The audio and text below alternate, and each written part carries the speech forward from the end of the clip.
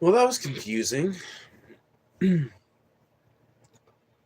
think for some reason screencast mode was enabled when I first tried to start the stream because it was asking permission to read over other apps and stuff. So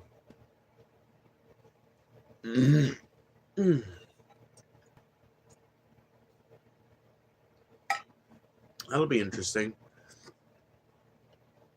Maybe I can use that to incorporate some other kinds of content into these streams.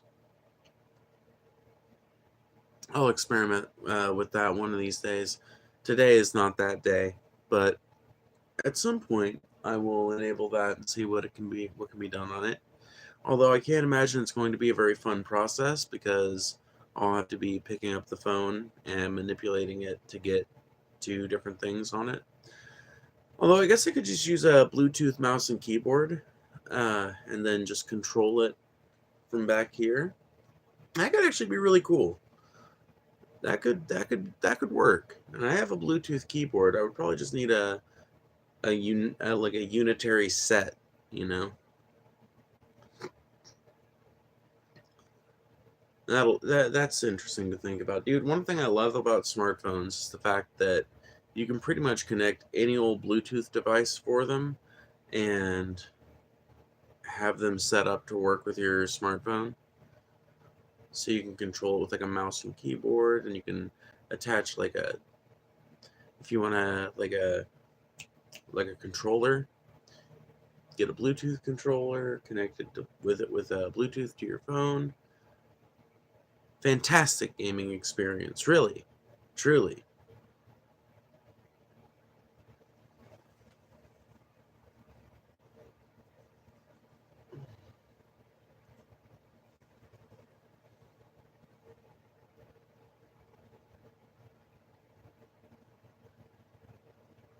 Now we wait.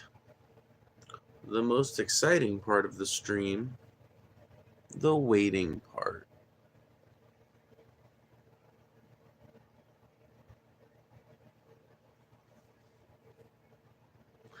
The most exciting part of the stream.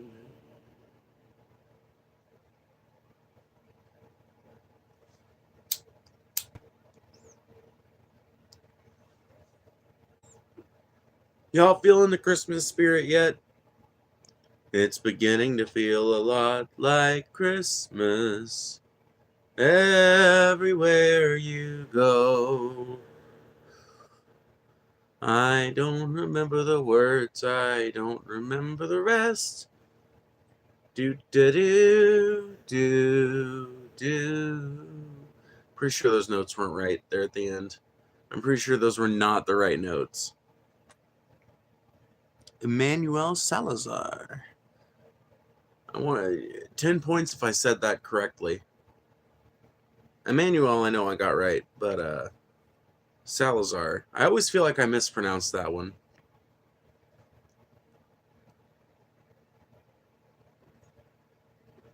What's in the pipe? Crack right now, but I'll probably move to some black tar at some point in the night. Hell yeah. By the way, I'm kidding. That was a joke. This is pot. This is a weed pipe. So there's homegrown flower and a little bit of keef in there right now. It's really fucking good homegrown though, which does set it apart from most of the times when people say homegrown.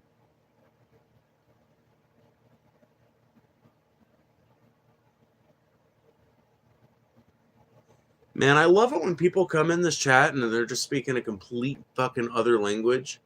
Like, man, I appreciate that you're trying to have a conversation, right? But like they've got to be hearing me in English, and either they are listening with subtitles, which seems unlikely, or they somehow have a translator going. I don't know. Like, I really don't know what media consumption looks like in other countries. That's one aspect of life in other countries that they really don't share with us Americans, either as children or as adults. It's just not something we have a lot of exposure to. Wow, mad racist. What's racist about saying that it's hilarious that people come into like uh, a stream that's being presented in one language and speak a language other than the one that it's being presented in, as if that person is going to communicate back in it, right? Like, I didn't make any assumptions about the person's national origin or about the nature or about the effects that that has on their life or anything like that. I just said that it's a strange little cultural difference. Like a strange little cultural interaction, and the same. I feel like you could make the same comparison of two white countries, and nobody would have any issue, right? If I said that. If I was a French streamer, right, and somebody came in here speaking German, and I was like, "I'm sorry, I do not speak German. I cannot understand what you are saying," you know, like that wouldn't be racist against German people, would it? The fifth member of the Beatles? Damn, am I really that talented? Dude, thank you. I don't tend to talk myself up like that, but if you say so, bud. You think you'd be in the Beatles if they were from Portland? Yeah. Yeah, I do, don't I? You know what? You didn't mean that as a compliment, but that's 100% a compliment in my world. Yeah, I feel like I would have joined the Beatles if they were from Portland, bro. You delete the Beatles from history, but let music overall just develop the same way.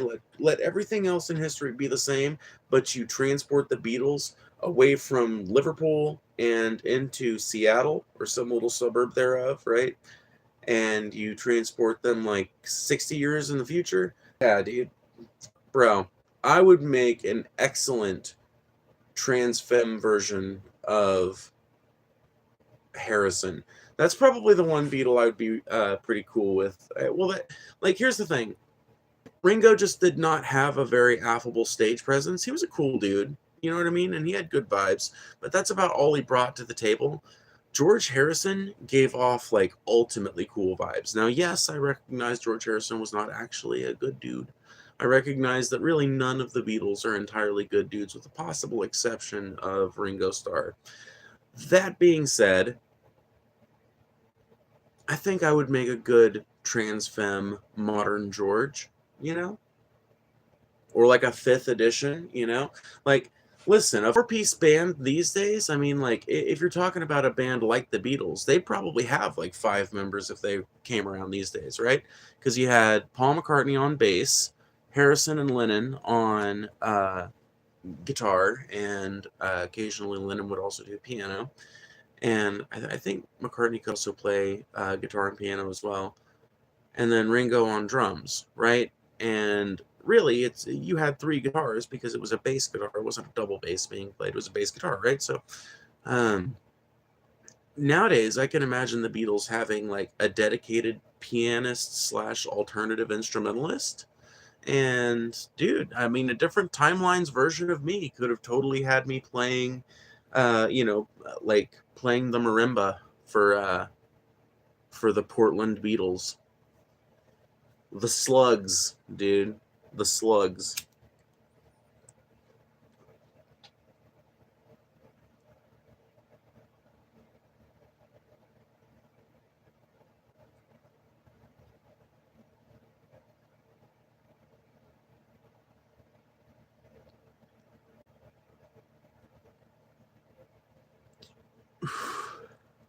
Man, y'all are all so fucking stupid.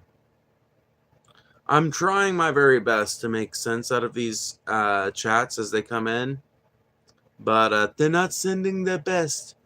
What can we say? The people in chat, they don't send their best. They're sending rapists, they're sending murderers, they're sending morons, they're sending retards, and some of them, I assume, are good people.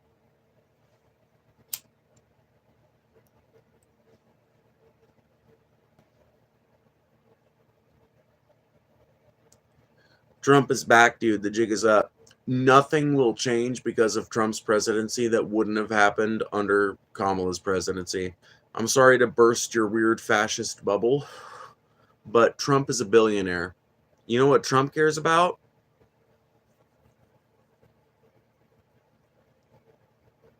That's what Daddy Trump cares about. You know whose money is going to keep on spending under the Trump administration? Mine. Mexican people's, gay people's broadly, black people's. All of our money will continue to spend, and Donald Trump is not going to do a fucking thing to upset that apple cart. Trust me. He's got way too many. He's got way too many high-priced billionaire donors.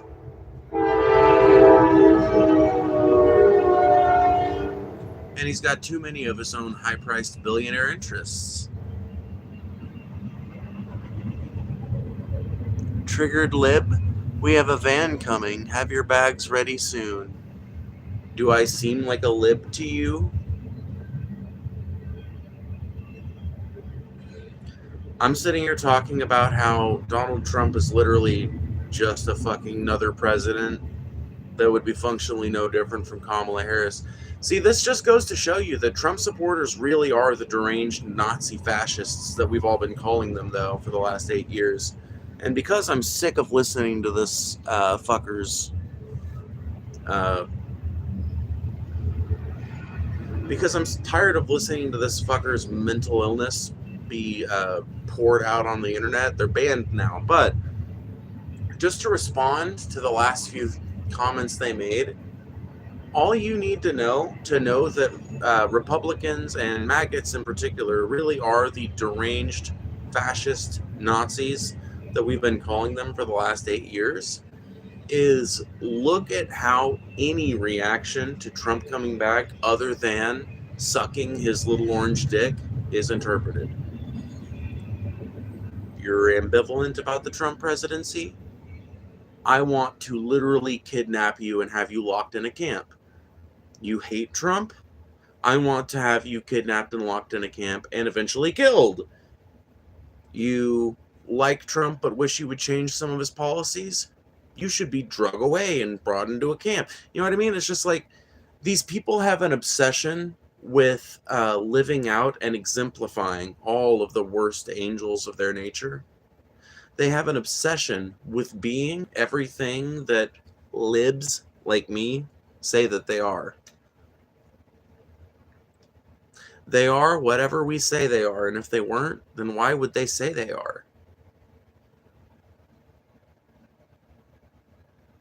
I am a pro yapper, and here you are listening to the good old yap. I draw way bigger numbers than this. Today is not a big night, probably. And sometimes it's like that. I know that Mike Tyson fight's going on tonight. I'm sure people are tuning into that in mass numbers. So I didn't really expect this stream to do much. It's also almost 1 in the morning where I'm at. And part of the algorithm for how these streams is distributed, as far as I can tell, is based upon country. And most people in my country of origin are not awake right now. Which means it's going to be a pretty low-viewed stream. But that's not going to stop me. No, sirree. Ain't gonna stop me. I got too much shit to say. Ain't never gonna stop me. But the fact that people want to is hilarious to me.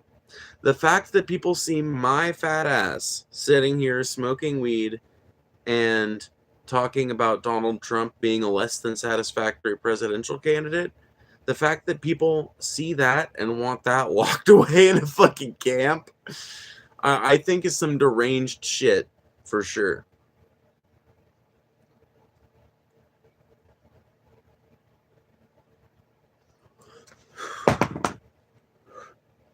Fucking thing is slippery. Like, I think there's a lot of really reasonable responses to have to somebody like me, one of which is whatever. But that's not, you know what I mean? Like, it seems like there's a lot more hate in people's hearts than that. And that's strange to me.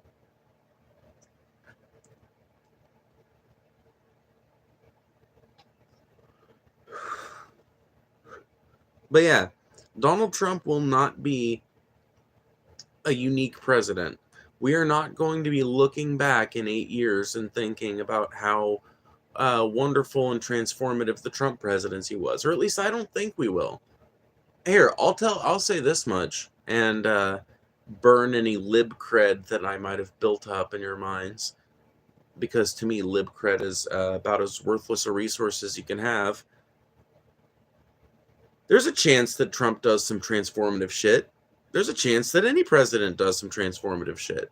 Honestly, Obama could have done some transformative shit. He basically had the opportunity to. He had a mandate, and he allowed his idea to be watered down to the point where it became a conservative idea, and that's what got passed, right? But presidents can occasionally do wild transformative things. All you need to do to look at to learn that is just study the last 100 years of American history. Literally, just the last 100 years of American history.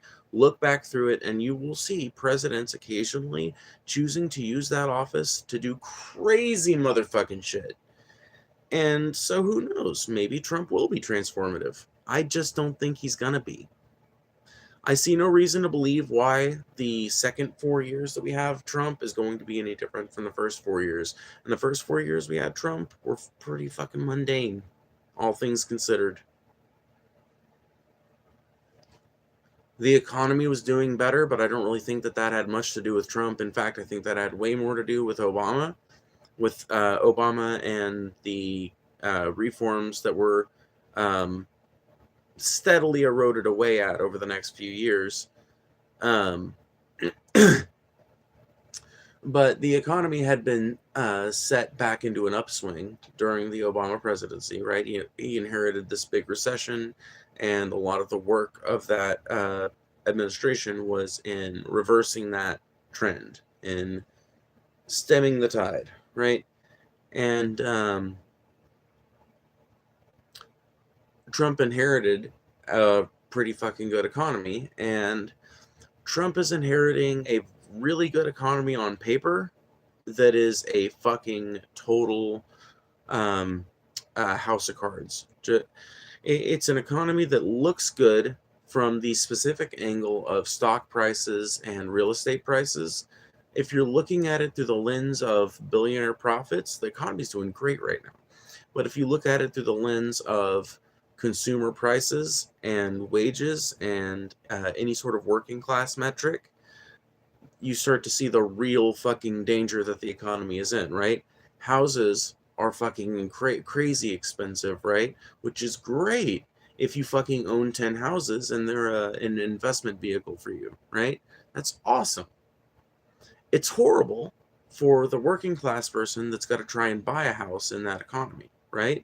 It's especially made horrible when that working class person's wages haven't significantly gone up in 30 years. And it is through the careful observation of these competing metrics that I think you can really drill down into the truth of how fucked this country's economy really is.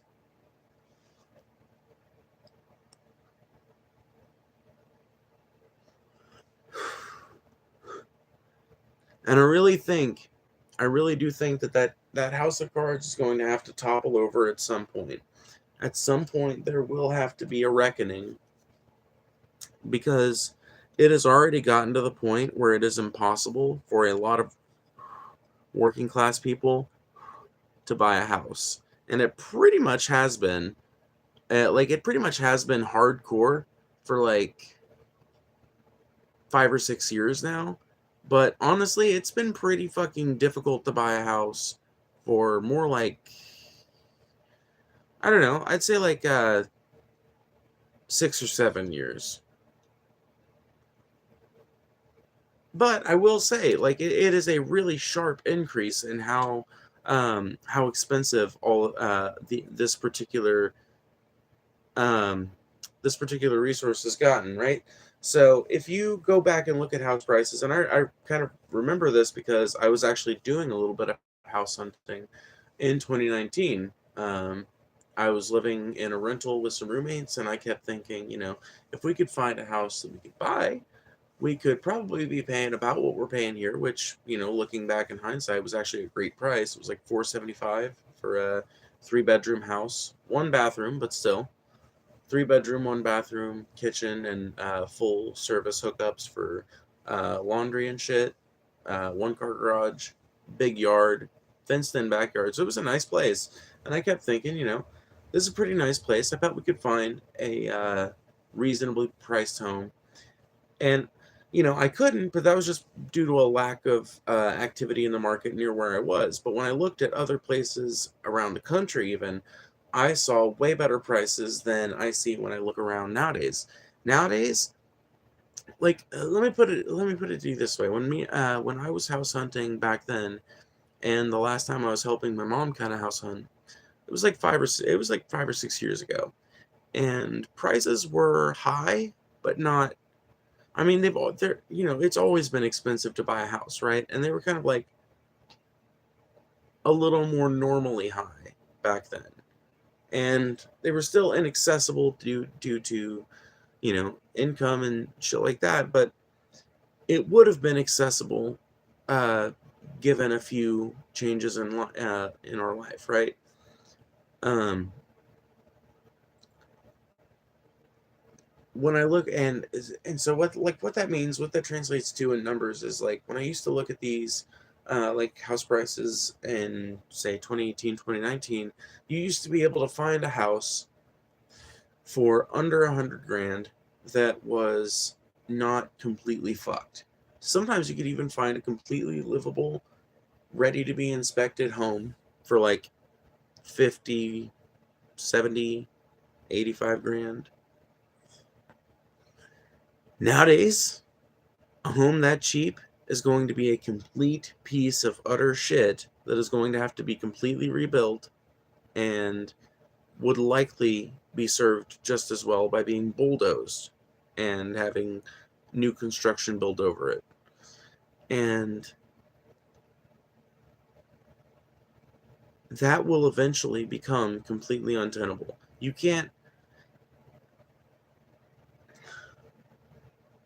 simply cannot have a country of renters, and especially not in a country as rabidly capitalist as this, because what you eventually get is a system where landlords are literally, because the rule of the market, right? The rule of the market is you charge as much as you can possibly get away with, right?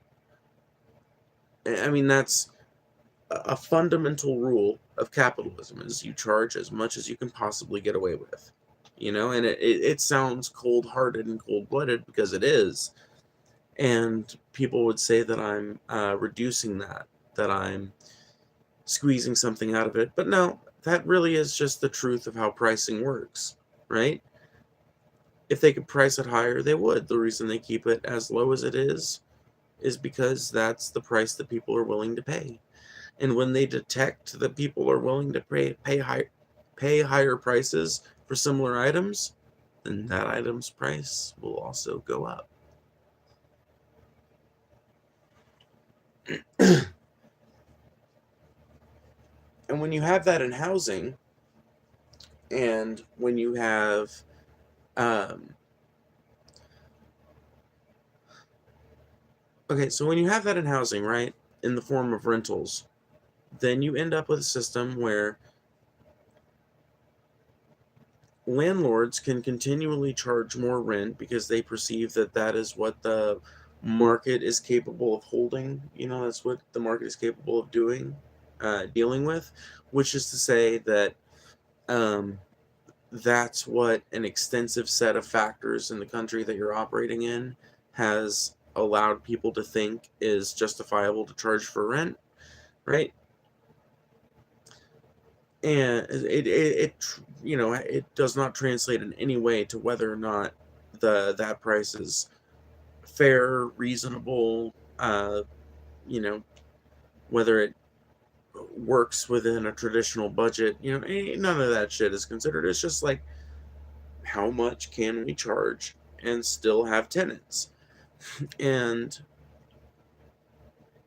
they have a constant incentive to increase that because it translates directly to their own um, to a proportional increase in their own power, in their own resources, but more importantly, their own power. And so they have a huge incentive to not change anything about that. And they have a huge incentive to continuously charge more and more and more. And this is not the case when you are able to buy land. Because, yes, someone can still make a killing off of that land. And I don't support the commodification of land, just so you know. I'm using this as an example to talk about, right? And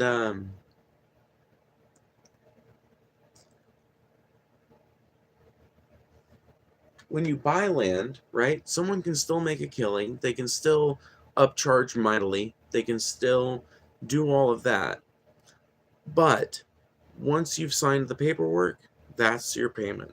Unless you sign up for something with a fucking adjustable rate fucking or something like that, then then you've got bigger, you're fucked, right?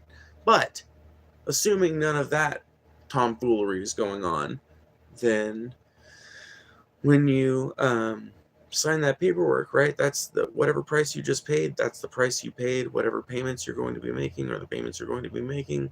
Maybe those will become more or less economical in the future as the economy changes, but it itself will not change.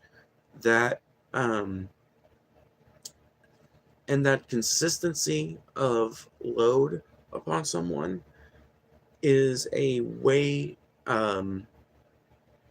it's a way less stressful burden to have in one's brain, and it's not nearly as subject to market whims. And there's nobody that has a legal ability and a profit incentive to increase your payments every fucking 6 months or every year, which is what you have with landlording. Morning. What's up? Talk to Ed. I'm just gonna call you Ed. What's up, Ed?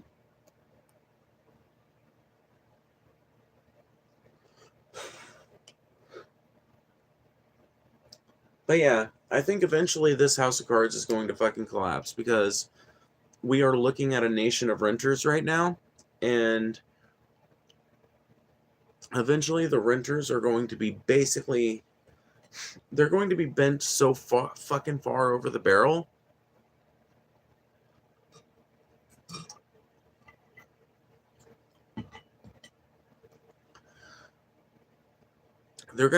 people are gonna get so fucking far bent over the barrel that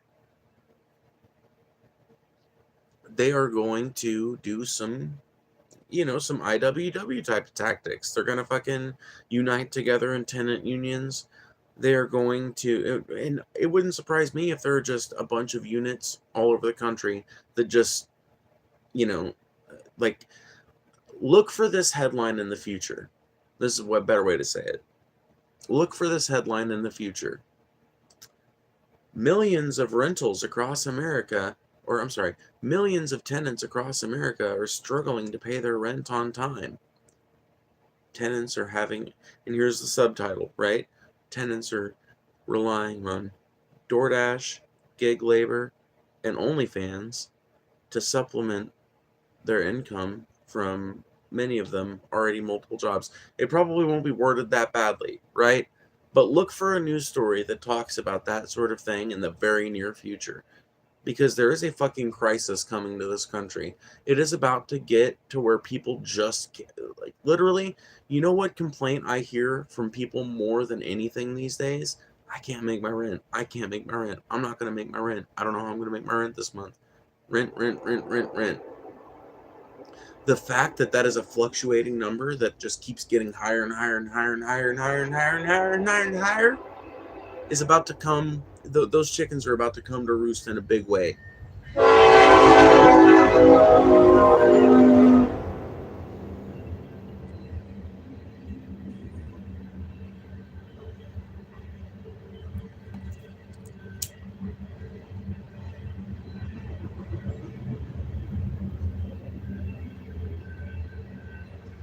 And when that happens, landlords are going to throw the biggest bitch fit you have seen out of a group of humanity in the last 100 years. You thought the fucking Rodney King riots or something? Bro, wait until people stop paying their rent. Dude, motherfuckers you didn't even know owned property will fucking come out of the woodwork willing to bust shit down. Motherfuckers that have spent the last 20 years of their lives talking about how anyone who damages a piece of property that isn't theirs is the worst scum of the earth are literally going to be crawling the fucking towns and suburbs looking for homes owned by individual homeowners and rentals and shit. Just burning the fucking country down. Just wait. I'm telling you, just fucking wait. All it will take for the shit to pop off will be for people to stop paying their rent, and it's not even going to be the people you think. It's literally going to be a massive cast of petty bourgeoisie pieces of... Dude, I don't know. When I talk about this sort of thing, I feel like there is not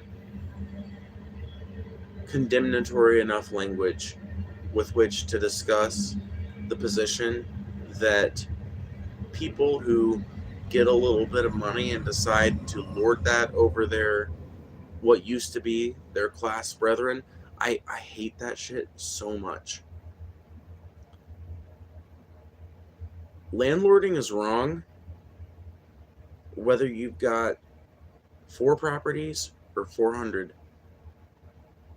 Making your living and making your mortgage off of the back of other people's labor is exploitation, no matter how you slice it, in my book. Now, that said, I'm not saying I levy a bunch of moral judgment at every single person who has technically ever been a landlord. I can think of a number of situations in which someone could technically be a landlord and not be necessarily an unethical person, in my opinion. But that is not the majority. The majority of people who own a property other than the one they live in own 10 or more. I get stoned with my landlord. It's pretty cool. Some are, dude. Like, that's what I'm saying. It's like, dude, I'm sure there are some landlords that are technically alright, you know, or that people are chill with. Dude, I had a landlord that I used to be not chill with, like, in that way, but he was a cool enough guy, you know. And for whatever reason, he seemed to have an actual value. Like, he seemed to actually value that house. Not to the point where he ever freaked out about damage too majorly. I think he understood that it didn't look great, maybe. But he wanted it to stay a certain kind of nice. I don't know how to put it. But like when our furnace went out, when winter came around the first year I was there, we were relying on just a few space heaters. And it was starting to get really cold. And we called up the landlord. And he came that afternoon with 2 space heaters that he'd had in storage and then one he'd just bought. And had to set those up. And then 2 days later, literally like 2 days later, he had a crew under the house installing a new furnace and shit, and replacing the HVAC work and shit under the house. It was fucking nuts to see from a landlord, you know. And honestly, that dude was one of the more ethical landlords I've ever worked with, right? But I still think what he was doing fundamentally was an immoral thing to do.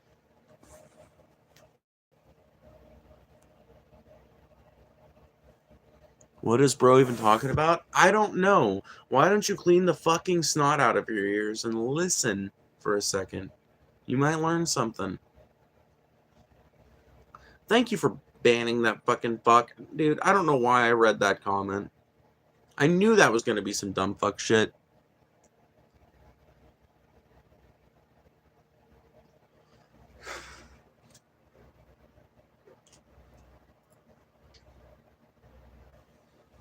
But yeah, people were in here grousing about Trump earlier, and someone literally said, like, Someone literally said something. I don't know. Like they said something like, "We got vans a coming. Uh, get your bags packed because the day's coming." Something like that. It was all. It was very like, now that Trump's here, we can open up the camps, and it's just like, dude, I don't think that shit's gonna happen. But this just proves that you really are the fucking deranged MAGA zombies that we've been calling you guys. You know what I mean? And I don't think it's every Republican. I recognize that there are a bunch of Trump people that aren't this way, but dude, the ones that find themselves, the terminally online ones, right? The antisocial ones, the stupid ones, the maggots, the truly devoted, they are a uniquely violent and stupid breed of ape that I think rivals humanity in their capacity for bigotry and the desire to oppress others. And I want to be very specific that I am not talking about everyone on the right. I am talking about the very specific contingent of people who have decided to sell their buttholes up the river for Donald Trump's fucking orange ass for some fucking unknowable reason. I'm talking about that cadre specifically. Most of the rest of the right is varying shades of tolerable.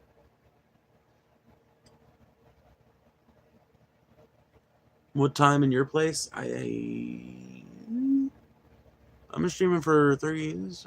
It's probably about 1:20 here. I'd say 1:20 in the morning. I can't wait for Trumpism to be repudiated on the world stage. This administration will probably be a massive train wreck. Well, that's the thing, is like the last Trump administration wasn't necessarily a massive train wreck, but it also wasn't some big transformative experience. I kind of feel like both sides are really, and I'm not trying to be a both sides person, but I really do feel like they are, like, both sides of this issue are kind of overestimating the effect that Trump is going to have. Now, I'm ready for Trumpism, meaning this sort of rabid devotion that I've been talking about, and Donald Trump's fucking stupid, self-contradictory, changes on a whim ideas that are based on the approval of other people and all this other weird psychological shit. I'm ready for that to be repudiated on the world stage as well, but it was already repudiated once and it didn't change much, right? America controls so much of the world stage that the world stage doesn't matter that much, right? All of our allies could decide to start, and all of our allies do already. Their people already make fun of us all the time, online and in the media, in their media. It changes nothing about life on the ground for Americans because we run this bitch, right? Outside of a few fucking specific places, China, Russia, countries that they have influence over, we own this bitch. What we say goes, right? And because of that, Trumpism can be repudiated as loudly as possible on the world stage, and it's not going to affect much here at home. What I'm ready for is for Trumpism to be repudiated here at home. But I gotta tell you guys, if these liberal cope compilations and lefty cope compilations and shit that I've seen and that I've watched shorts of and shit, if that's any fucking indication, dude, we gotta change tact, y'all. Like, I don't know that I'm smart enough to point out what the exact tact needs to be, but we have got to, as a fucking political movement, completely change our tact. And, like, Paul has been talking about, like, economics and blue collar issues being a good direction for us to thrust our energies towards. And I think that that's a fucking great idea.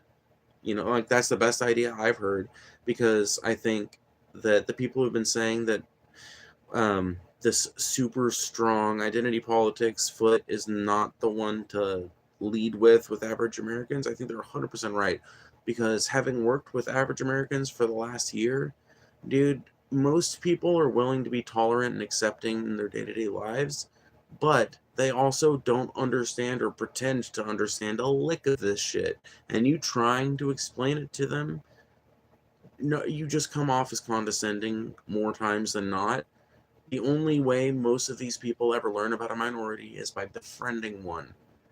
And that is why I think our tactic here on out needs to be, number one, stop crying. And I say that as a person who cries at the drop of a hat and who has cried on stream.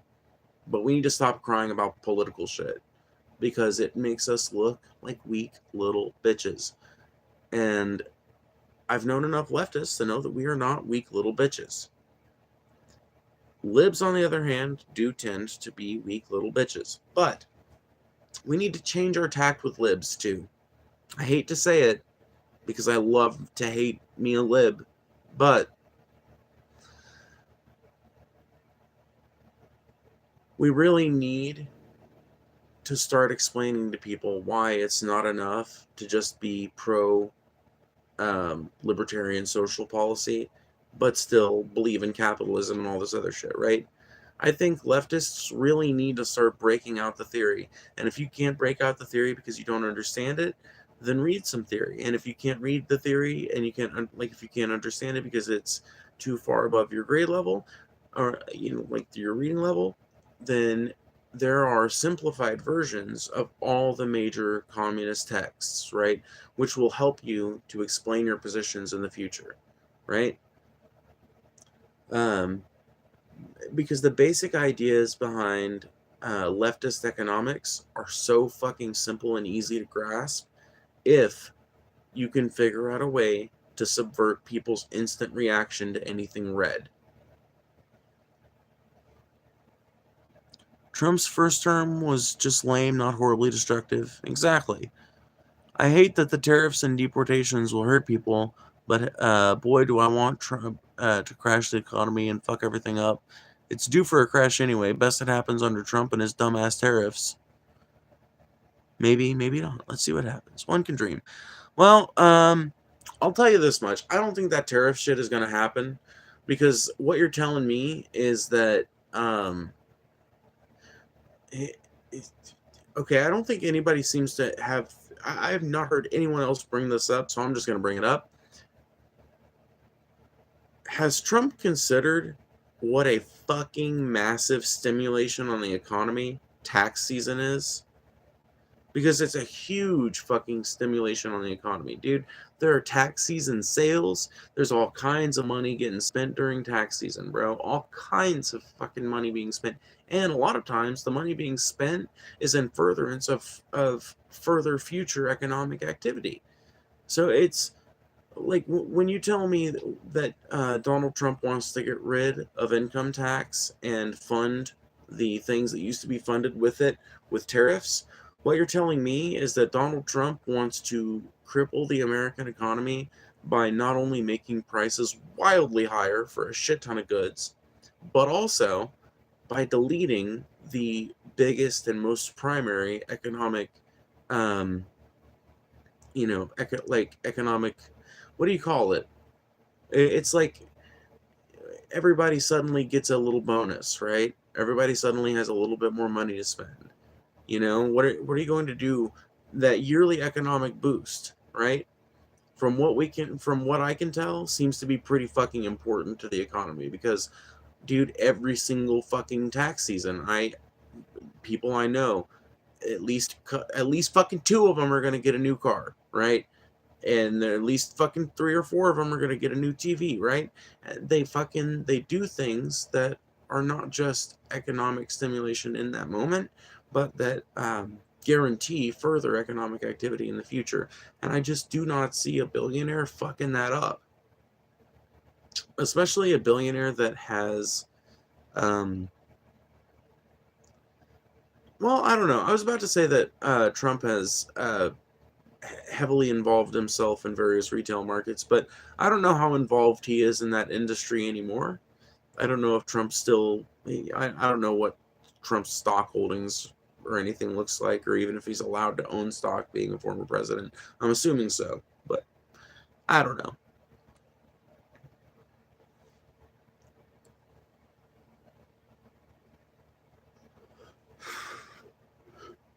But yeah, I really do not see Donald Trump getting rid of the income tax and replacing it with tariffs.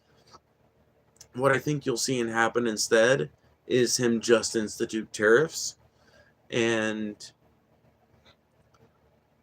I mean, I was reading about tariffs the other day because somebody helped me understand basically what they are in chat, but I wanted to know more. And so, from what I can tell, tariffs are pretty self defeating, um, because you'll set a tariff for, say cars from China, right? Or cars from Korea. And because they are companies that are rooted in those countries, right? They're simply not going to come operate in the United States. And so they just end up passing that cost on to the consumer, who is usually willing to pay the extra 10 grand or whatever that it's now costing due to the high tariffs. Because, consumers can be easily talked into believing that it's just inflation, right? And there's also another reason that they're self-defeating. What was it?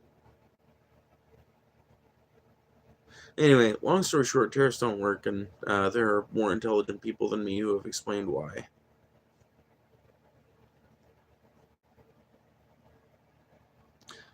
Federal funding to a lot of programs will likely be in jeopardy. These programs will all have to be funded by debt or end under Trump's proposed tax plan. I mean, I have to tell you, Black Lark, if you look at America's economy, it's already basically ran on debt.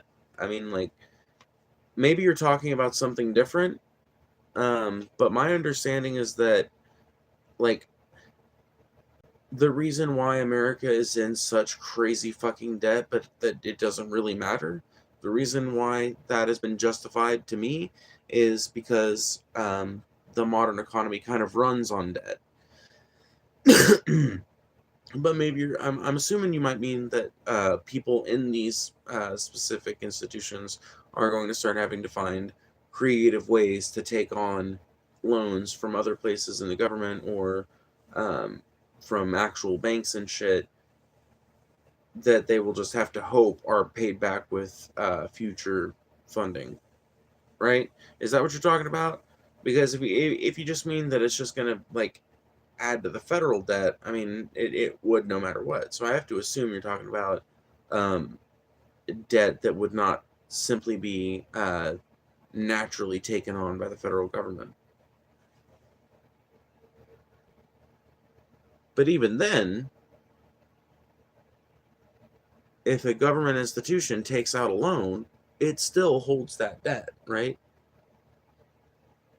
I don't know, dude. I don't know as much about economics as I would like to.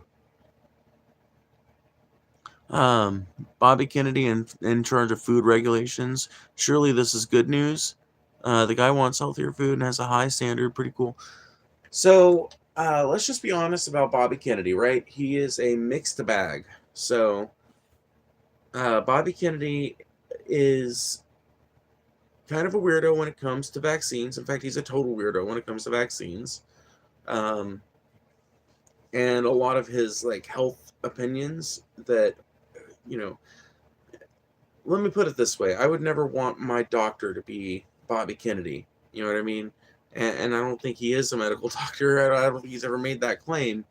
So I think it's very strange that, I don't know, like, my understanding is that Bobby Kennedy is a politician, not a food safety inspector, or, a farmer or something. Like, I can think of a number of different career paths and people types that I would want in charge of America's uh what fucking what is he in charge of again? Is he like Secretary of Agriculture or something? Can someone remind me what Kennedy was assigned to specifically? What he was nominated for?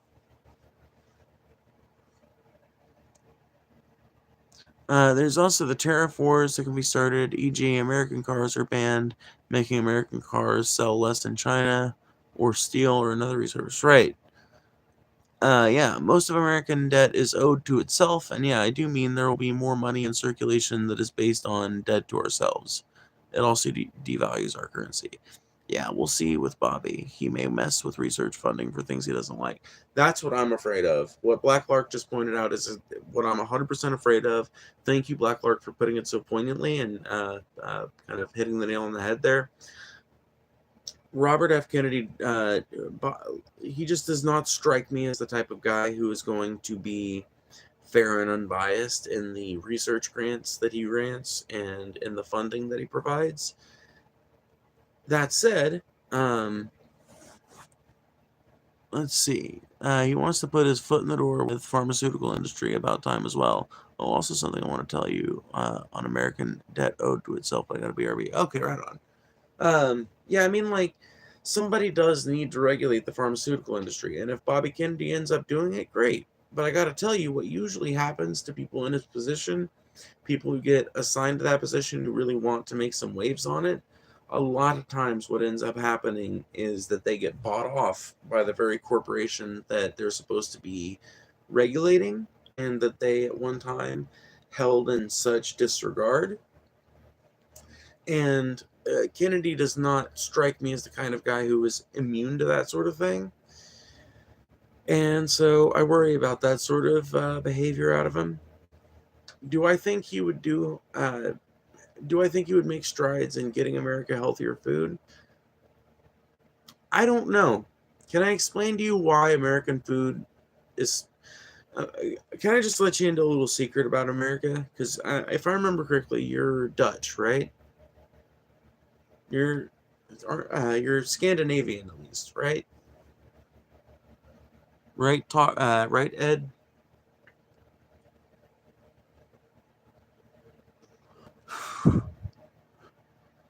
I highly doubt Robet would take the money.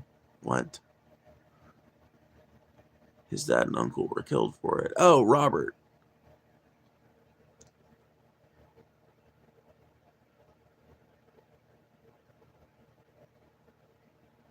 I mean, I don't know, dude. Yeah, I guess what you're saying is that family has a long legacy of standing up for the things that they believe in, even if they're wacky. But I just don't know, you know? We'll see. The only thing I can say this early on is we'll see. The only thing I can honestly say. I can also say I don't expect much out of him because I think if he was actually going to be transformative, then Trump probably wouldn't have picked him. But who the fuck knows, dude? Trump is a fucking old, crazy. He's a fucking crazy old man that shits in his diaper. Who the fuck knows what he's going to do? Who the fuck knows what's really in his head at this point? You know? Norwegian. He seems honest. Time will tell. Exactly. I mean, that's why I'm not being too harsh on the dude, right? He's got positions I 100% disagree with, but I don't know. Here's the thing I'll say about Bobby Kennedy, too. He came out the other day and said, I'm not planning on taking away vaccines. That's not part of my platform. That's not part of my plan. I didn't see what else he said. I just saw that little clip, but that is comforting to know that he doesn't have just some blanket attack against vaccines that he's planning on launching, right? So, that's why I'm not being too critical as of yet, because I don't know what the fuck the doodle do. The doodle do. Cock-a-doodle-doo. But anyway, let me let you into a little bit of secret about why, about American food, really. American food ranges on the health scale immensely. You can get a pretty healthy option at every single fast food restaurant in this country. The reason people don't pick them is because this culture is infected to a really disgusting degree with psychologically manipulative advertising. That's the best way I can put it. This country is soaked to the fucking earlobes in advertising and in psychological manipulation in furtherance of advertising and profits. It's steeped in manufactured consent, and all of this means that Americans are in my opinion, some of the least capable human beings on the planet of actually making their own decisions, and certainly of making decisions that are in furtherance of their own health or in furtherance of a specific goal. Most Americans just kind of float on the fucking breeze, doing whatever they are advertised to do. That sounds sad. That sounds like I'm really being dismissive of my fellow countrymen, but it's just what I see. We are a consumeristic culture that is driven by our constant need. And so, when you look at American food culture, what is valued? Well, what is advertised, right? What are the, right? So, human beings have a natural craving for meat in their meals. We're an omnivorous species. We've got all of these different psychological drives when it comes to the food that we eat. And fast food is already designed to take advantage of that, right? And and because there is, as of right now, the entire system is set up with for big, like big meat sandwiches and big meat covered pizzas and shit, because that is the universal standard for what a meal consists of in America.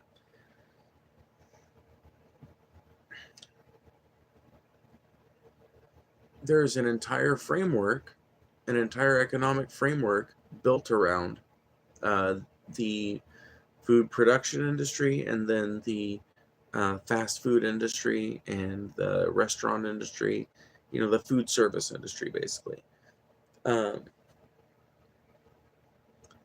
So I would say it's not that American food is just universally healthy. It's that as of right now, it is way more profitable because the country has lived so long under this paradigm, and because there is no incentive for these companies to suddenly decide to get all their customers to start eating a salad instead of a side of fries, because that is never going to happen, like without some sort of interference or something. It's an unfixable problem, in my opinion. Bobby Kennedy can do all he wants for the food standards that have to be applied at these fast food restaurants, but if he doesn't stop people from eating there altogether and start people making their own food at home more and growing their own food at home more, and if he doesn't start preaching food sovereignty, then he's not really going to end up fixing the problem. Because the problem has, not been, at least for the last 10 years, the problem hasn't been that there's just no healthy options at a fast food restaurant. I mean, I work at a fast food restaurant that literally carries a big old salad as one of the things that we sell. And there's a couple of things that if you just take it out of there, it's still a really flavorful salad that is super fucking healthy. Super fucking healthy. Literally, like ridiculously healthy. It ain't that it ain't out there. And it's not that everything is just drowning in butter and there's nothing else you can get in America. There's all kinds of little fucking health food restaurants, but they're a niche market in this country. What we need is not new food policy necessarily. I mean, we do need some of that, I'm sure.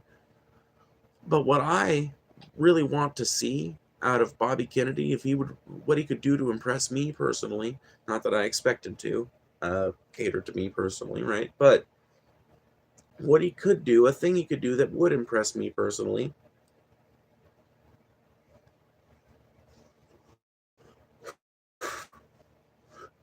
is he could start using his position to fund community garden projects all over the United States, and to fund programs to teach inmates and low-income people and members of the general public how to take care of a garden, how to grow their own food, the basics of food sovereignty. That is what would impress me more than anything else he could do. No, it is a good insight. Thank you for sharing. Well, thank you. I'm glad. This is why I like you, Ed. You're so respectful.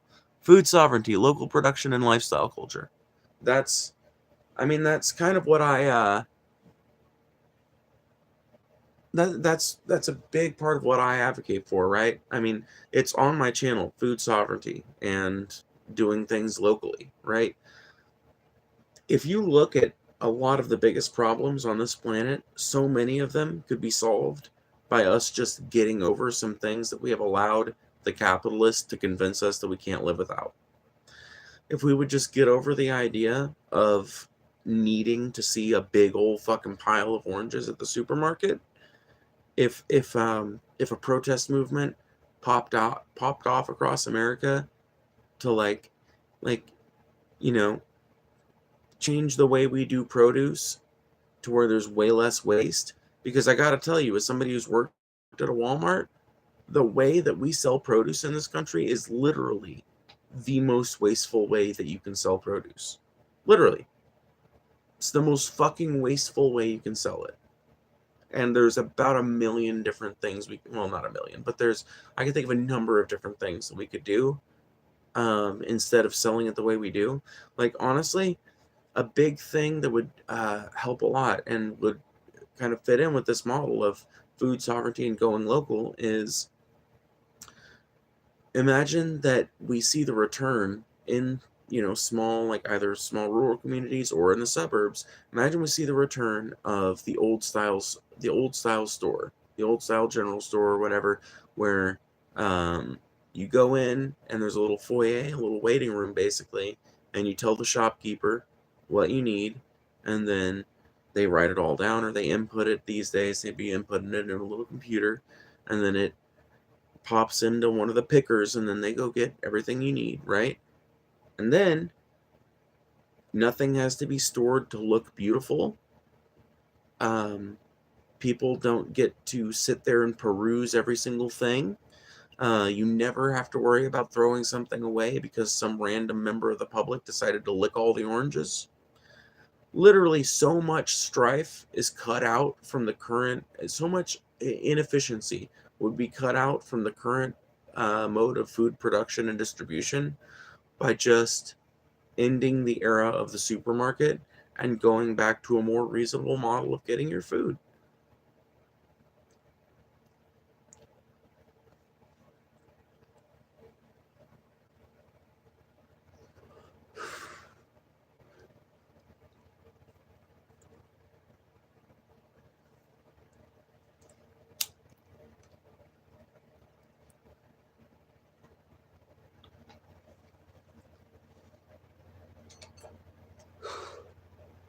But yeah, I mean, I think if um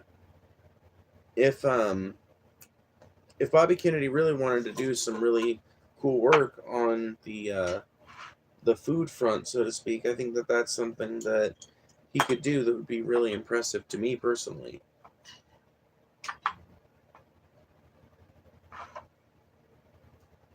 Because, dude, I can't tell you how many people come to the farm and are just in awe of the fact that you can grow this much shit 20 feet from your fucking front door. Literally. People think you need all this shit to farm, and you don't. Really, all you need is a place with full sun. That's about as much as you need to get yourself a little food sovereignty going. Do you have a balcony in your third story apartment? Does it get full sun in the summer?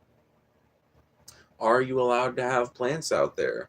If the answer to all three questions is yes, then tomato plants, eggplants, pepper plants, squash vines, if you keep them trimmed back, you do have to be careful about it though.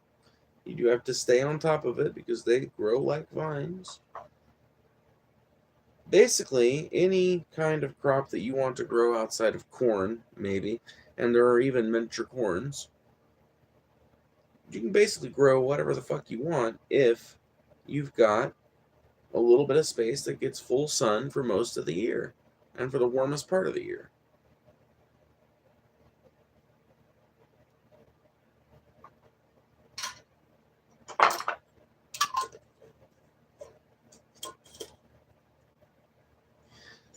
And if you want to upgrade your game even further, then you learn how to can. You learn how to preserve your food. Learn how to preserve things you grow. So let's say you've got an overabundance of tomatoes because you did really well on your compost over the last year and the soil that you mixed together, and it's all come to fruition in the form of a bumper crop of tomatoes. Well, you got too many tomatoes for you, and your neighbors are full up, so you break out the pressure cooker. You break out the pressure canner, I should say, and you start fucking canning some of them bitches. And then, next time you need tomatoes for a pasta sauce, you've got crushed tomatoes there ready for you in your jars.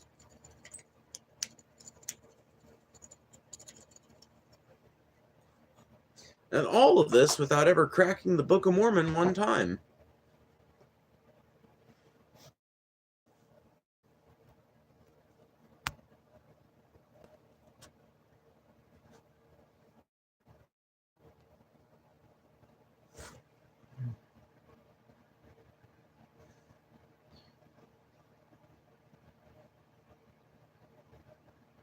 Yeah, I'm sorry, Phoebes, but I gotta go at some point. I do want to hear your thoughts on American debt and what that might mean. Hope you have a good night. Hey, you too, Black Lark. Thank you for popping in, and we will definitely talk about that again at some other point. And your neighbors are full up. Well, I mean that's how I think, right? So the fact of it is that with just a little bit of a change in mindset, this country would become so much healthier, and that is what I try to push on this channel whenever it gets brought up.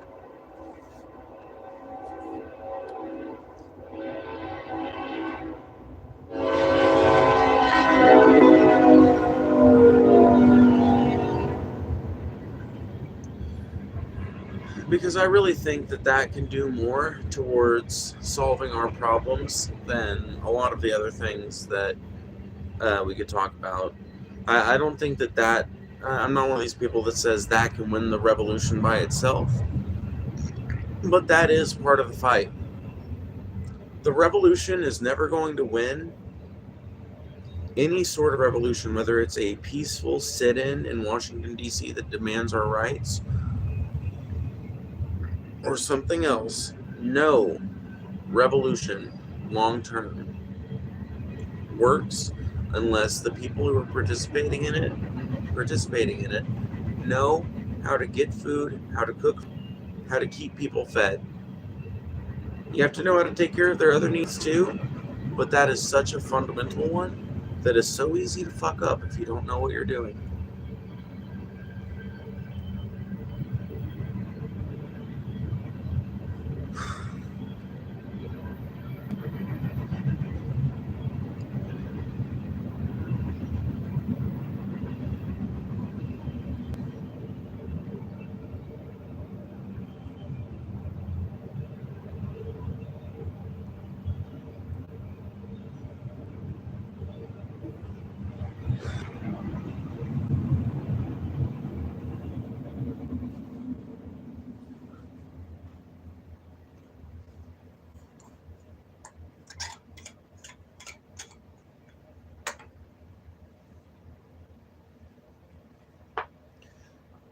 This country is a lot more capable than we pretend that it is.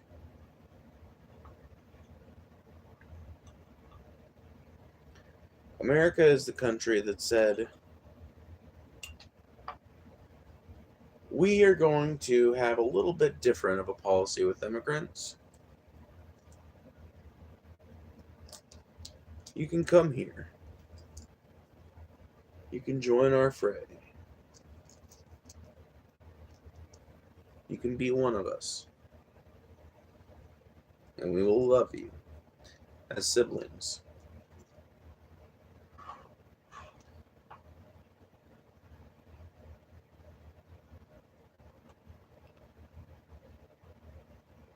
America is the country that helped liberate the imprisoned peoples of the Holocaust from their fate and helped liberate Germany from the clutches of Adolf Hitler. This country is one of the places where the queer movement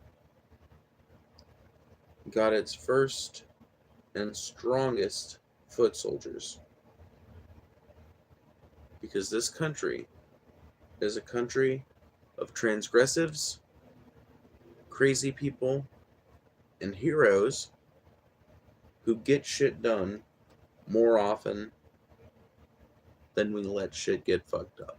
And the proof of that is the fact that this country somehow continues to keep chugging along despite how fucked up and nightmarish everything is on paper.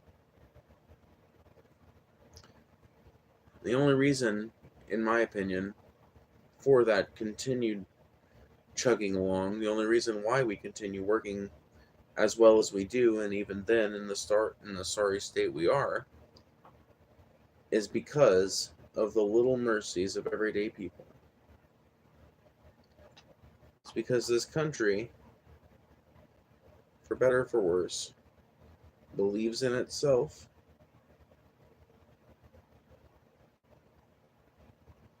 or at least its people believe in the ideals that they were taught about their country as children. And I do think that is starting to wane. Because every so often I will hear this argument from people saying,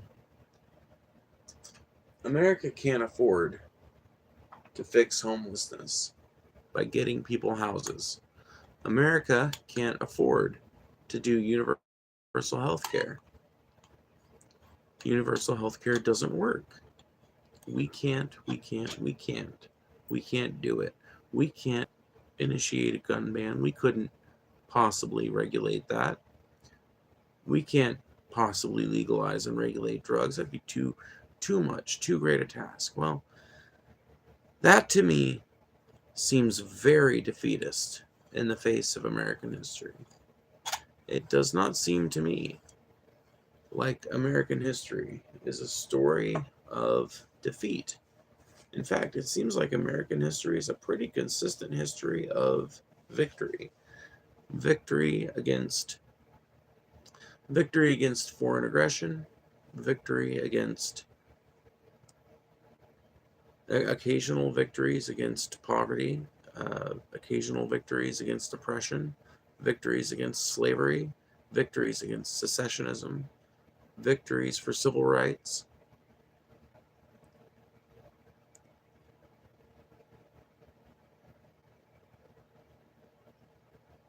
You know, I don't think of myself as much of a nationalist because at the end of the day, I don't think the fact that you're born in Germany should make you any better or worse than me for being born in America.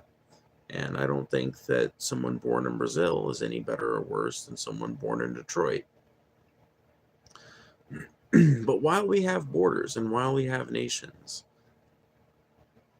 it is so important, in my opinion, to point out the fact that this country is, at its core, a country of doers. And I really do think that it is high time that America reconquered that attitude and that we really start looking at things in that way again. Interesting thoughts. I'm just here rolling a smoke as well for a rare Saturday morning. Nice. That's dope. Well, look at us go. Both enjoying a little bit of smoke on our day off. Well, it's not my day off. Well, I guess it technically is my day off now. I worked earlier today, but now it's tomorrow, so. The beauties of staying up past 12 in the morning.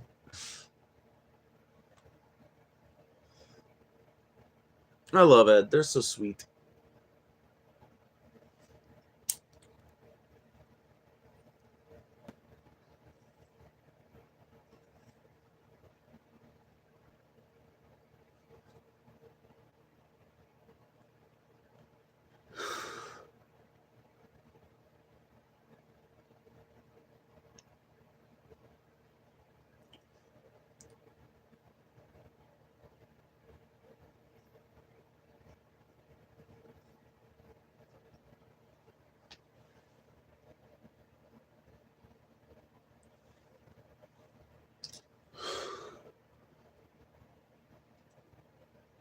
Well, you're walking down a city street, it could be in Peru, and you hear a distant calling, and you know it's meant for you. So you drop what you were doing, you join the merry mob, and before you know just where you are, you're in an Irish pub.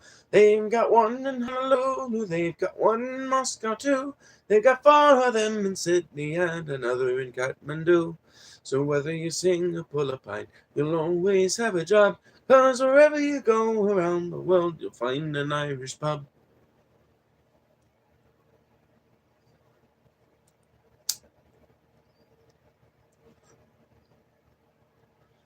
Well, the design is fairly simple, and it usually works the same. You'll have Razor Hood and score it in the Ireland-England game.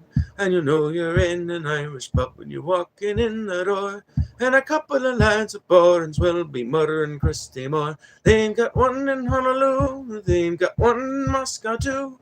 They've got 4 of them in Sydney and another in Kathmandu. So whether you sing or pull a pint, you'll always have a job. 'Cause wherever you go around the world, you'll find an Irish pub. In less than a week, I will be in Ireland in a pub. Isn't that fitting? It's like I knew somehow. It sucks being psychic, you know?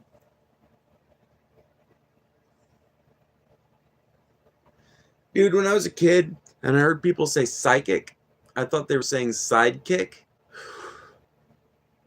Dude, the world was such a magical place when I was a kid, bro. Literally, I gotta tell you guys, I was the most, and I get the impression maybe kids are just kind of this way, but I was the most delusional little kid you've ever met, bro. I thought I had a dragon that was my best friend because I would see this thing. I would swear to God that I saw this thing flying in the sky every so often, or like out of the corner of my eye and shit. Dude, I know that shit couldn't have been real, but boy, howdy if it didn't feel real to 8-year-old Phoebe. You know what I mean? And because I would just understand shit and just operate under that like operate under that misunderstanding because as some adult in my life said it. My mom told me one time that women have eyes in the back of their head. And it wasn't even my mom. It was some fucking bitch that was like the ex-wife of somebody my dad used to work with or some shit. And she said that to, because I was like acting up in the back seat or something. But I remember my mom telling her, don't do that. You're going to convince her that there's something that they're actually going to go looking through somebody's hair. But dude, I'll be goddamned if, even though my mom said that, I thought maybe there was a chance it could be a bit. And did I check the first girl I dated's hair to see if there was an eye back there? Yep. I sure enough did. Because I had to know for sure, right? I had to know for 100% sure. So, dude, I was a stupid little kid. Yes, you do. It's a gift of senses, peace of mind, and clarity of emotion. Maybe so. Maybe so. Telepathy is easily explained with physics. Maybe. Before you started singing, I was contemplating raising the topic, and here you go. I mean, it's shit like this does make me wonder, right? Let me tell you about something else weird that I do. Whenever it's about to storm, I am a better predictor of the weather in any given area than a fucking weather person would be. I have to be in that area to be able to give you a prediction, but I can tell with about 90% certainty whether or not it's gonna fucking rain or not. And dude, I can't count. I can't count on two fucking hands. I couldn't count on both hands how many times somebody has questioned me on that and regretted it. Not because of any, like, it's like not like I held it over their head, but it's like super funny story to me is there was one morning I woke up and I just looked at the clouds. I was like, it's going to start raining. And it could start any time now. And it kept looking more and more and more and more close to getting rainy. And eventually, my road dog, they were like, let's go, we need to do this. And I could tell they were getting irritated at me and shit. And so, and at one point I literally said, 15 minutes. And they were like, what do you mean 15 minutes? I was like, I got about 15 minutes before that storm rolls through. And they got real mad at me. I was like, listen, I don't care about busking in the rain. I'll do it. I don't give a shit. Sure enough, I looked at my fucking clock when I said it, and sure enough, 15 minutes to the fucking dot, I felt the first drop of rain, which was very quickly preceded by a second and a third, and then a fucking massive storm. It wasn't like a windstorm or something. Those don't really happen much in the mountains, but it was a big old, like, I don't know, like a monsoon or something. I don't know what you'd call it, but just torrential rain, right? And I stayed out there and I busked while the rain was relatively gentle, because a weird thing happens when you allow a guitar to get wet, right? The more it gets wet and the more waterlogged it gets, the less good it sounds, and the less it sounds at all. Because every little droplet of water that is on those strings is adding weight and adding drag to the vibration process, right? And so if your entire guitar is soaked, and the more water that the wood absorbs, the less it functions as an acoustic device. And so it got to the point where it was just raining hard for me to be heard with my guitar. It just wasn't making enough noise. So I just sat there with my sign looking forlorn for 2.5 hours, and I made us enough money to get a motel that night, I think. But it was just, I stood there and fucking sat there just out of the principle of the thing. And I remember we talked about it afterwards, and it was kind of funny because at one point I said something like, well, it's just like, I wasn't saying it just to get out of busking. I was just saying it because I genuinely thought, like, this shit's probably going to pass over, but it's probably going to be real fucking rainy for a couple hours. And I just figured, like, I don't know, maybe we could sleep in a little bit and, come back at it in the afternoon. And then, I don't know, like, I said it more succinctly than that. And they responded with, well, I'm sorry, I don't have fucking superpowers. Because I said something about, well, believe me next time, basically. And that response was fucking hilarious, dude, because I know they meant it. I know they were trying to, like, they were screaming at me, and anybody else should have I feel like anybody else would have been made to feel small by that remark. But, dude, I have lived off the high from that unintentional compliment ever since.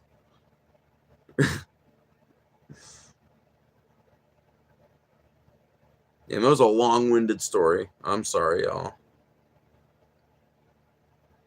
But I'm a long-winded fuck. Can I share the specifics of how it all works? Yeah, definitely.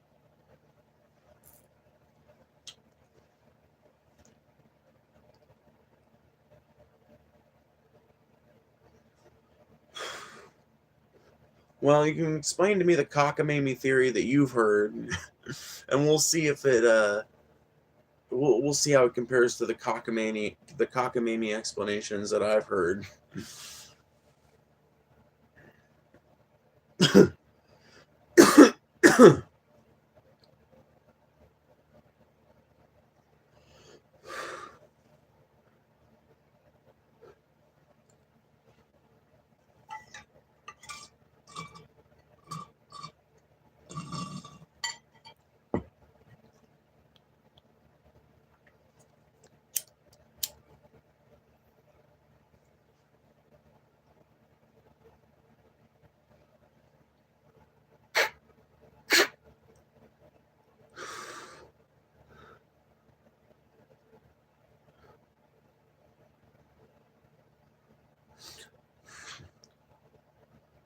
Here in my dingy room, with my pajamas on, adding more shit to my wish list on Amazon.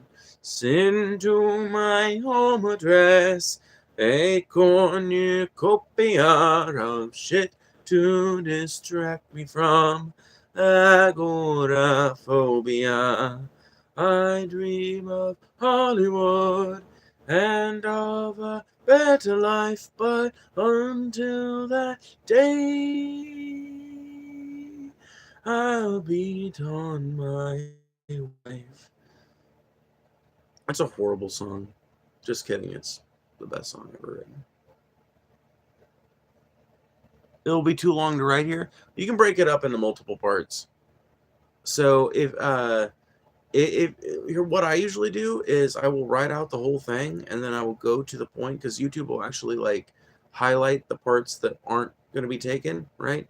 And then I just start my cursor there and then capture the text, right? And then cut, hit send, then paste, and then if you just type a few things at the very bottom, it'll reset that highlight, and then you can reset your cursor, cut, and then hit send, and then paste again. And usually by the third paste, you're coming out in the last sentences.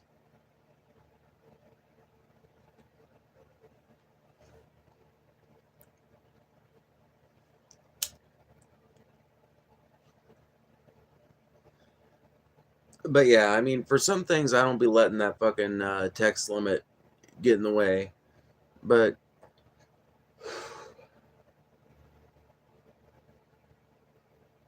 yeah.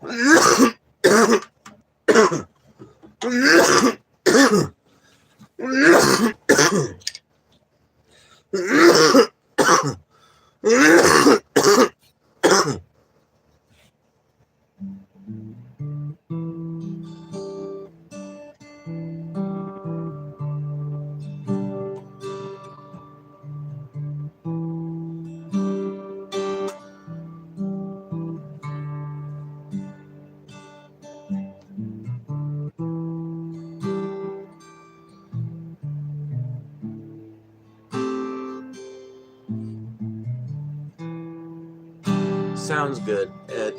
Sounds good.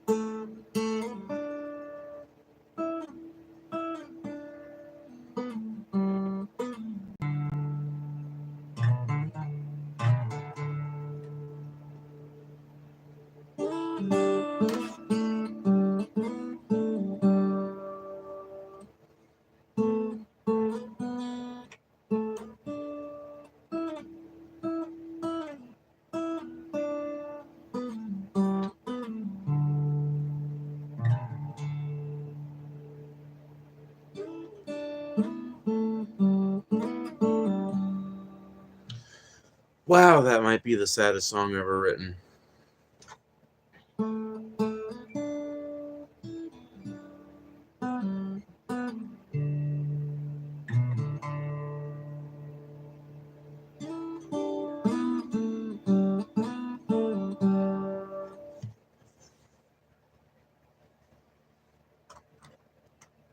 Sounds good.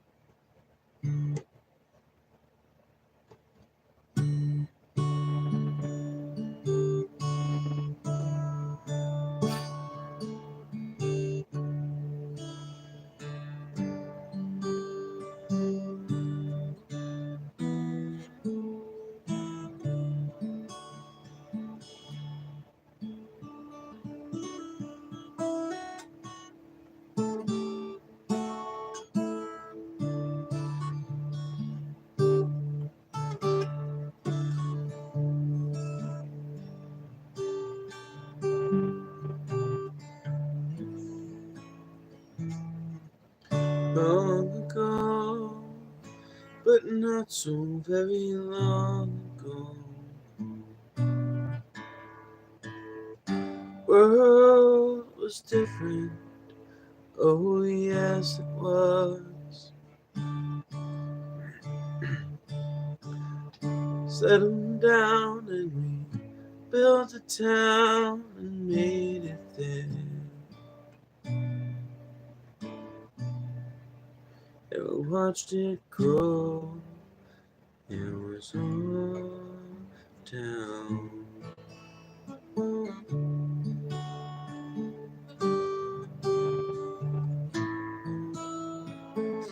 Time goes by and time brings changes. You change too.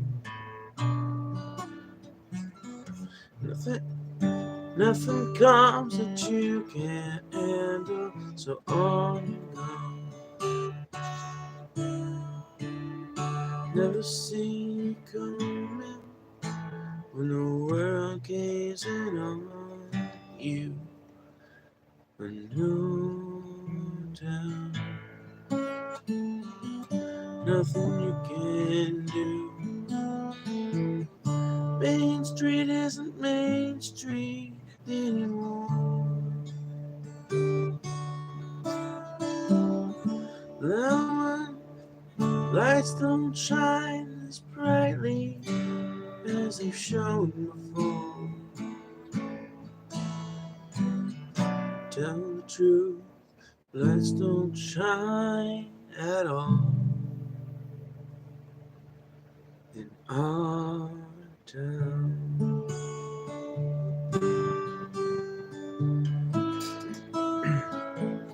Sun comes up each morning, just like it's always done.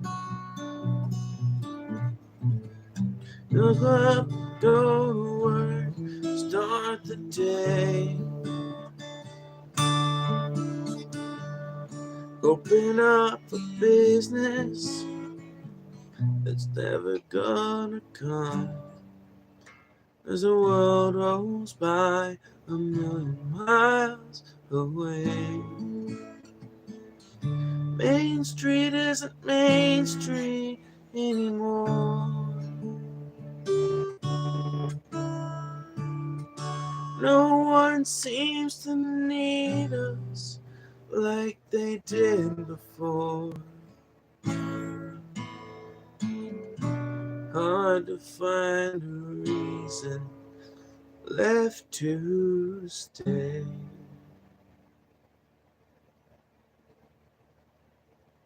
But it's our town. Love it anyway. Come what may, it's our town.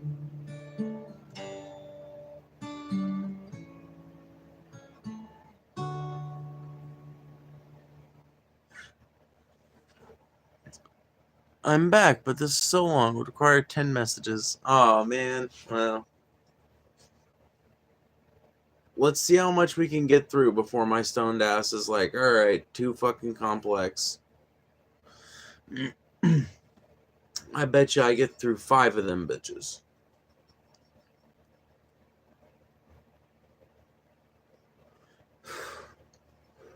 Fast typist, though. Fast typist.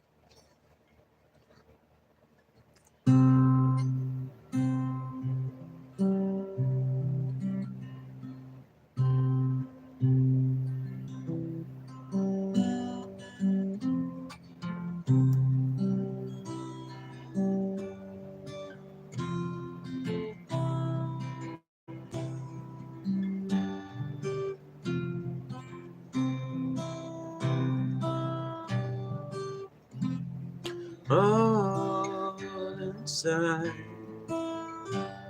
I Amsterdam, she hides. All guides, a howling wind, she is waving their other hands in mine.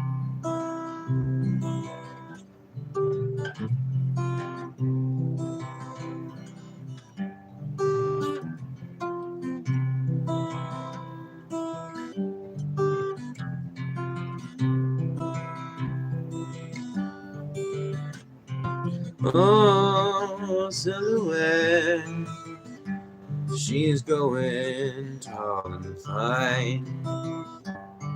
She's got my back, she'll follow me down any street, no matter what my crime.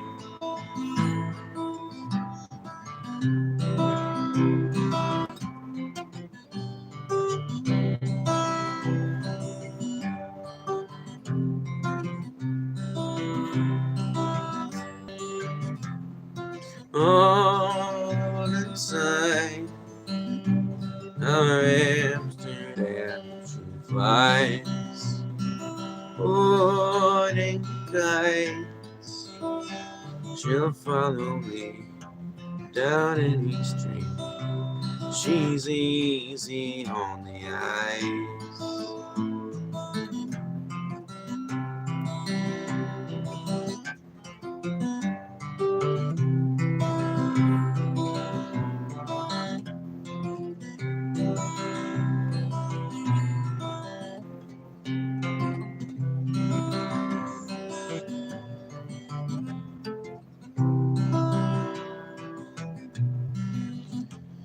The churches and planes, why they all look the same to me now. Shoot to some place while we aim to come home somehow.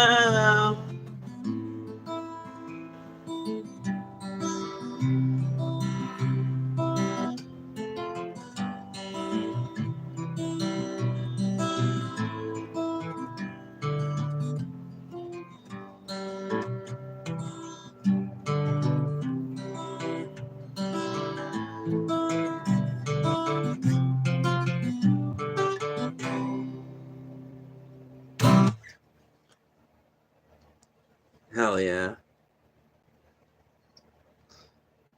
I got really into that one for some reason.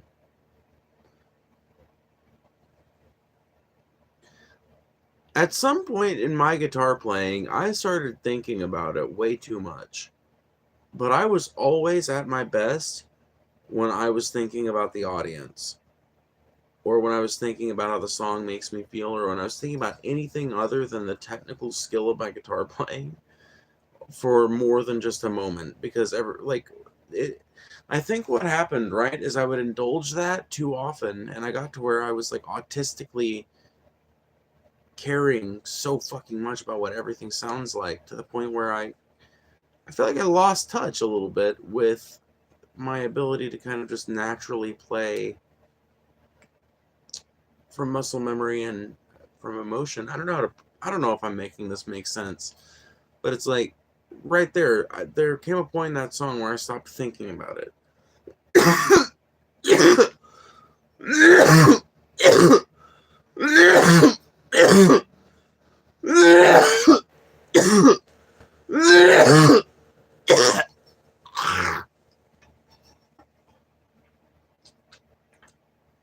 There came a point in that song where I stopped consciously thinking about the notes that I was playing and started to just kind of vibe with it, right? And that was, I feel like, from that point on, I didn't notice myself make any mistakes.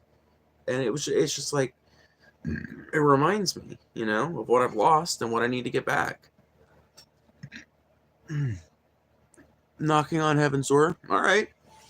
Nobody's requested that. And you know what? I haven't played it in a long time, so.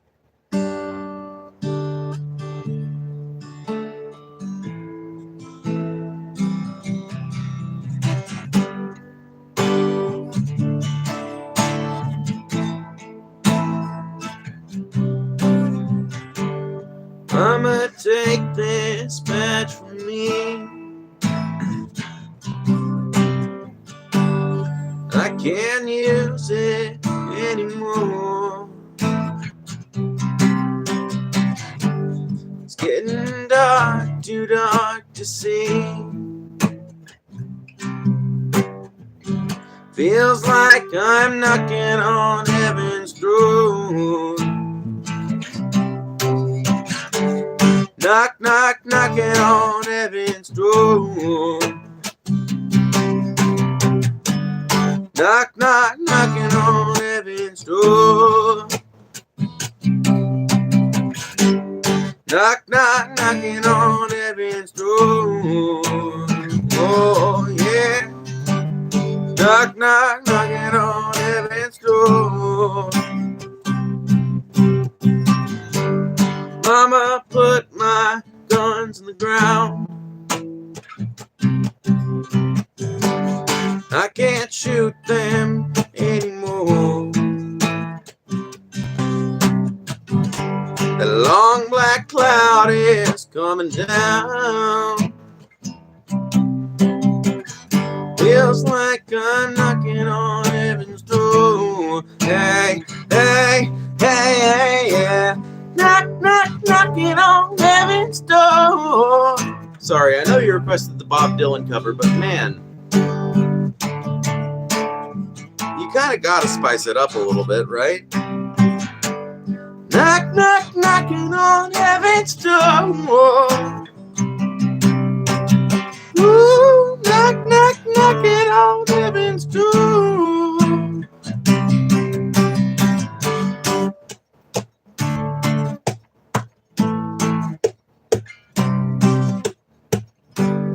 Knock, knock, knocking on heaven's door. Hey, hey, hey, hey, yeah. Knock, knock, knocking on heaven's door.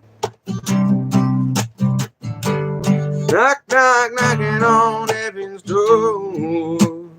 Oh, nah, knock, knock, knocking on heaven's door. Knock, knock, knocking on heaven's door. Knock, knock, knocking on heaven's door.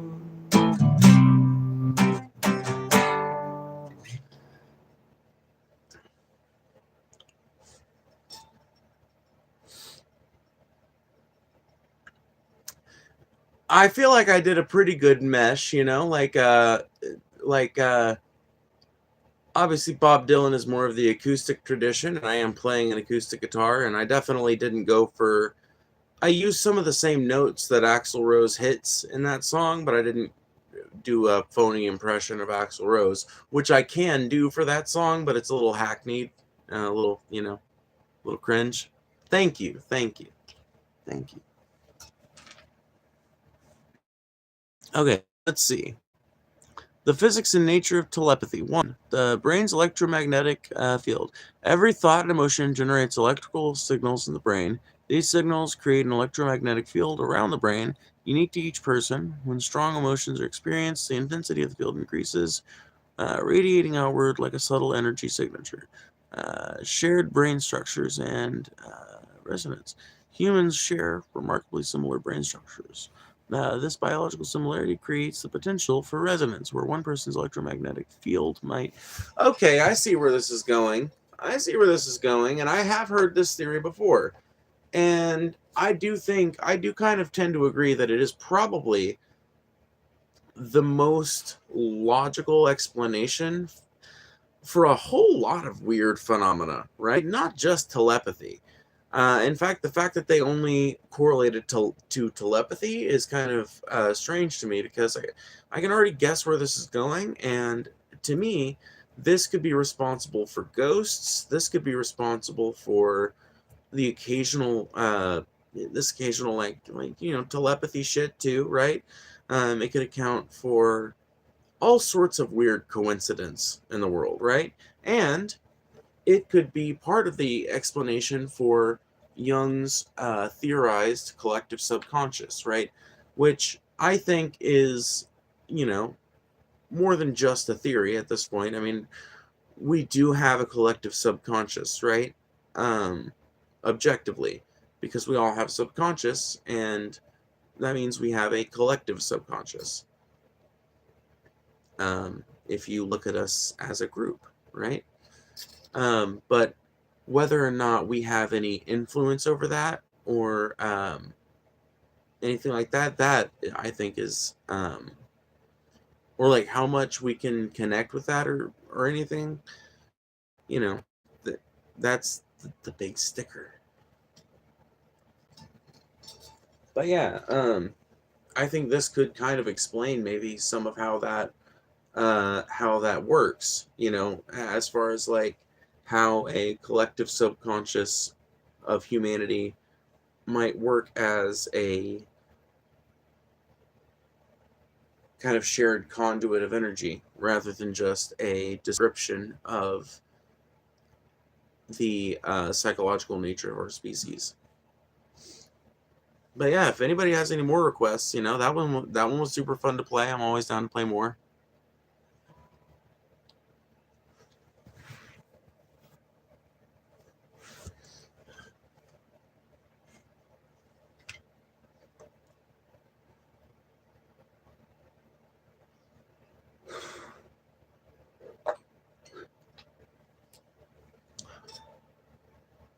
Is that a periphery sticker on your guitar? Periphery? Periphery. I'm gonna guess no, because I don't have any stickers on my guitar. Everything you see on my guitar is hand drawn by me. So I've got "This Machine Kills Fascists" on the lower right. I've got the chorus to "We Are the World" up here along the side, and I've left a lot of blank space because I have a friend that I want to color on my guitar whenever we get the chance to hang out, and they've expressed interest in coloring on my guitar, so I want to leave them plenty of canvas to work with. But those are all my additions. I'm probably also going to fill in the edge over here at some point with some sort of beautiful little imagery. I might just choose to do little lines or something, some sort of line work over here. I don't know. I haven't decided.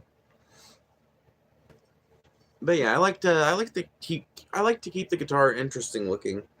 And then I've got my strap buttons, as any good guitarist should have. I really do think like every personable guitarist I've ever met in my life had a fucking guitar strap full of buttons. So you know what?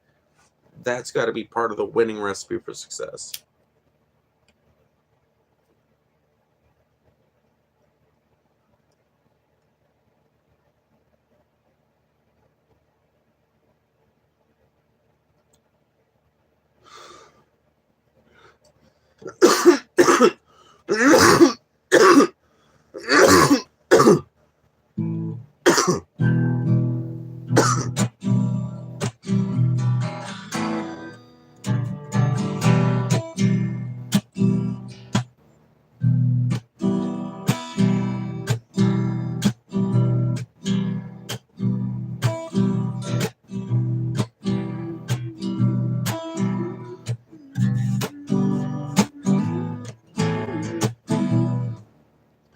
Y'all want to know what is a surprisingly easy song? Here, let me take it down a little bit so it's a little bit easier on my voice. Let me fix my fucking tuning because I can tell it's off.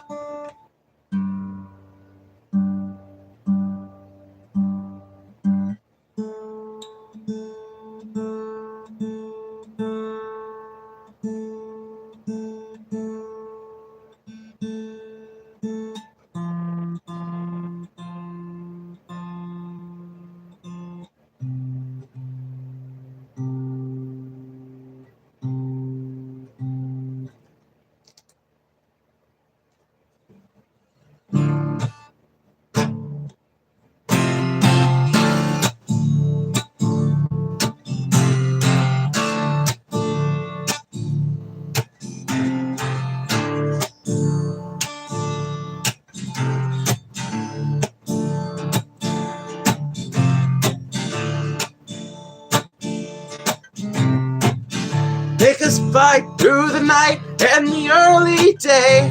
Ride and fight, who can say? I don't know the words to the song, but that song is very easy to play. I've played it with a bunch of hippies a number of times at rainbow gatherings, because it's kind of like an anti-war song, honestly. Make us fight through the night and the early day. Something, something, something, something, dun, dun, day. I love that song, but I can't fucking remember the lyrics. God damn it. I have this problem. I remember melodies far easier than I remember lyrics. Play some Smashing Pumpkins? Ooh. Oh my god, dude.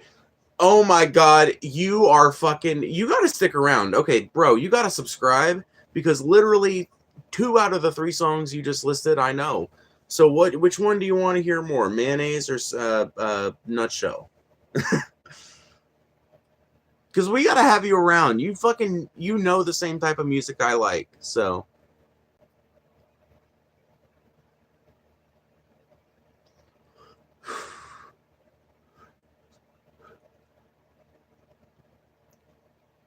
But I'll let you decide if I do Mayonnaise or Nutshell. Alright, bet.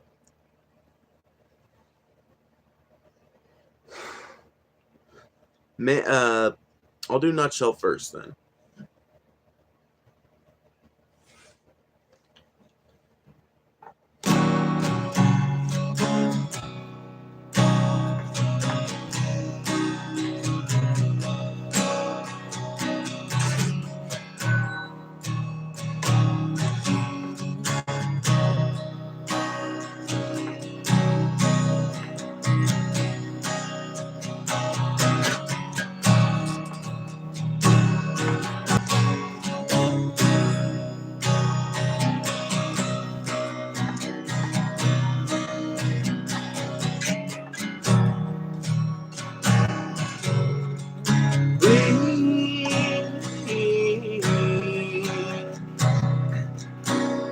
Chase misprinted lines.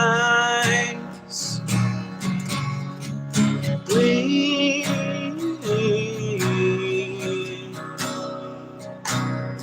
face the path of time. And yet I find this battle all alone. No one to cry to, no place to go home.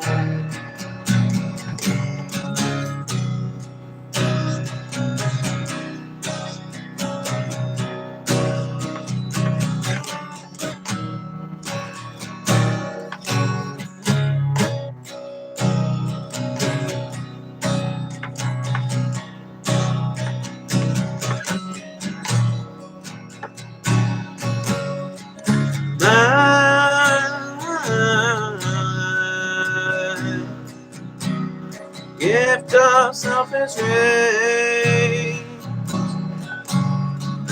My privacy is vague. And yet I find repeating in my head. If I can't be my own, I'd feel better dead.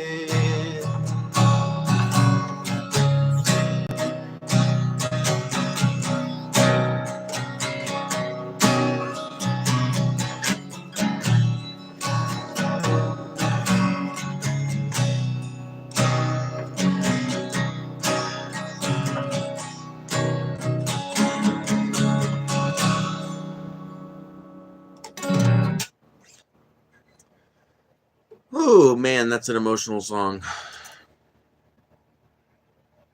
Can you do While My Guitar Gently Weeps by the Beatles? You rock. Oh, thank you. Sadly, I cannot do While My Guitar Gently Weeps. I can maybe do an acapella. I look at the floor and I know and I see it needs sweeping, while my guitar gently weeps.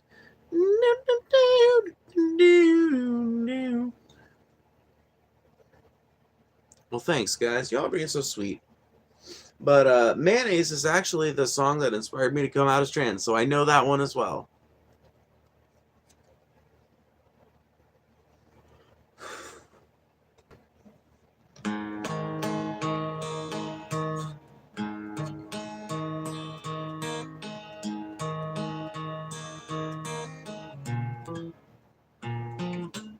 God damn it.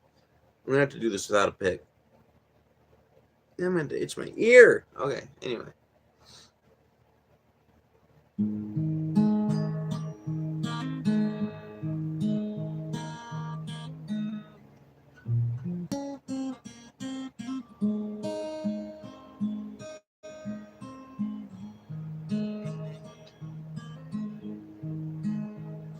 Before I do this song, y'all, I'm sorry. I hate to interrupt a song in the middle of playing it, but something has to be done about this string sing. I can't listen to it anymore.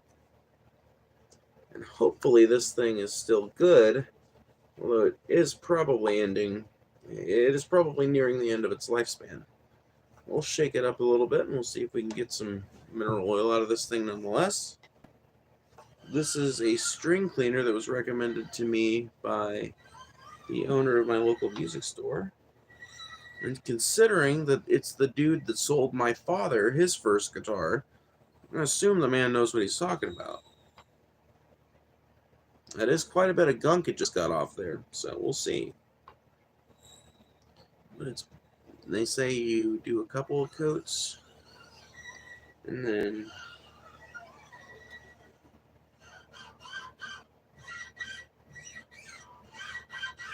there we go. And then put the cap back on. Alright. And then we just give it a gentle wipe with the little towel to get rid of any excess oils. And then we wrap that back around the handle. Right? Stick it back in the tube. And now our strings are properly oiled.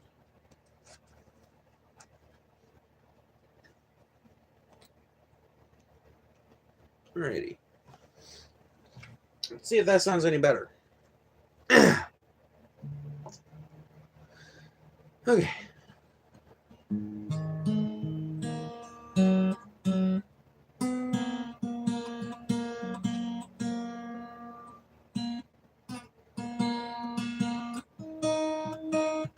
Something still doesn't sound right.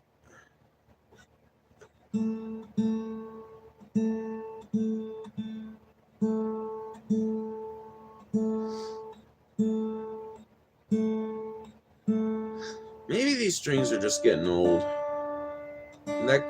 That may well be all it is. Plus, I've got a B string substituting as a G string right now, and that just does not sound optimal no matter what you do. We'll try it.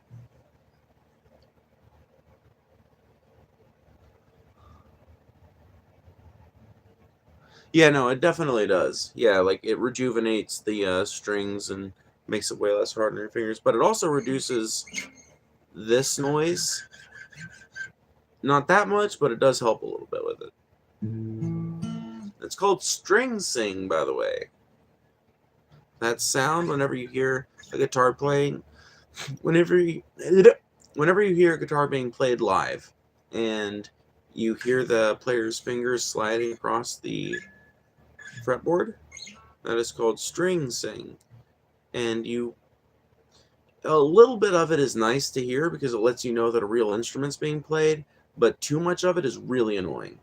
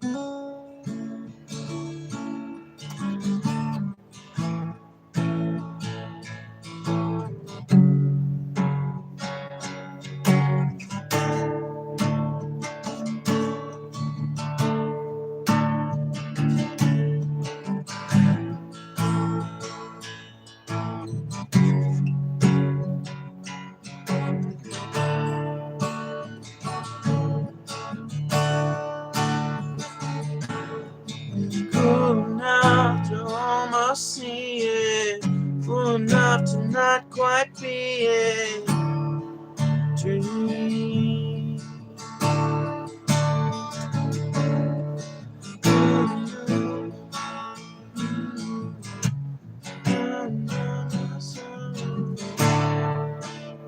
Wait, I think I'm getting the lyrics wrong. Am I? Fool enough to not quite be it. Fool enough to almost see it. True.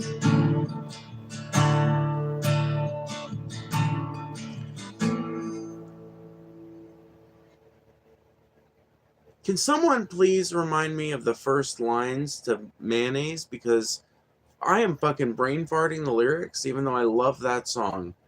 I can think of every other word in the goddamn fucking song, but I cannot, for the life of me, remember the fucking first stanza.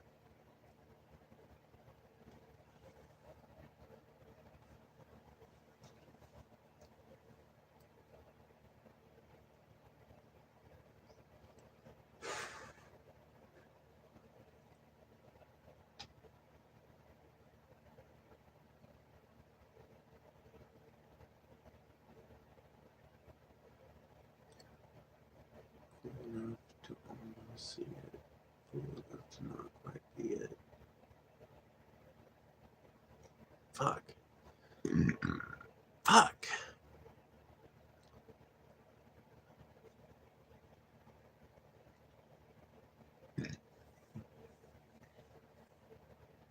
I am stymied.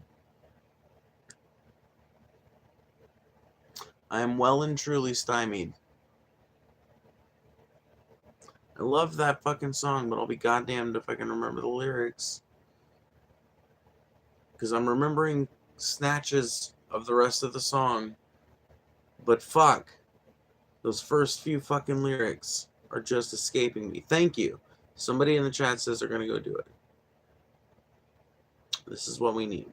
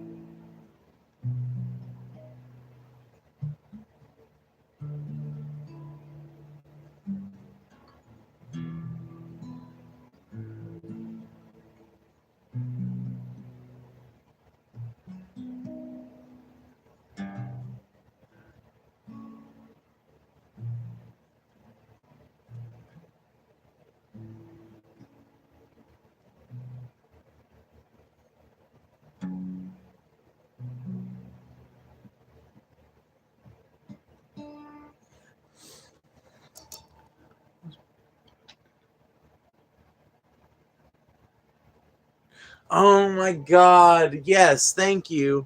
Okay. Fool enough to almost be it. Cool enough to not quite see it. Too. Pick your pockets full of sorrow. Run away with me tomorrow. True. Try ease the pain somehow. Feel the same way. No one knows where our secrets go.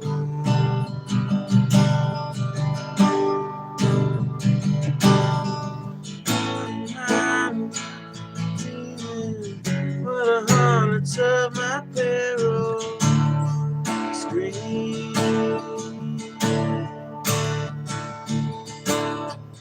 Run to straight and narrow where the hundreds of my perils stream.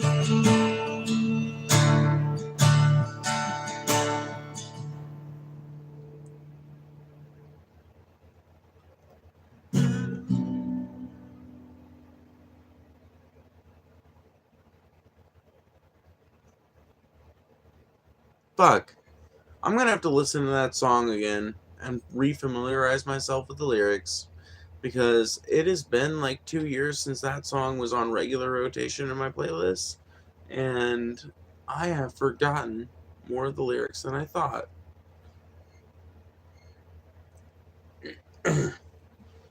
But that's 1.5 requests from one comment, and I appreciate you going to find the other lyrics. That's a team effort around here, you see.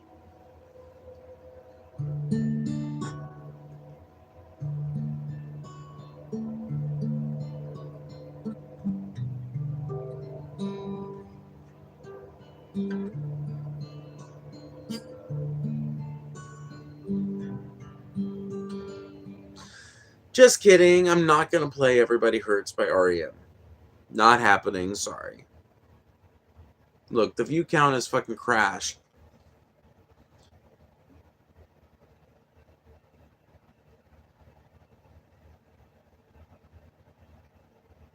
Tried to feel the pain tonight. You got it. You did good. Awesome. Well, hell yeah.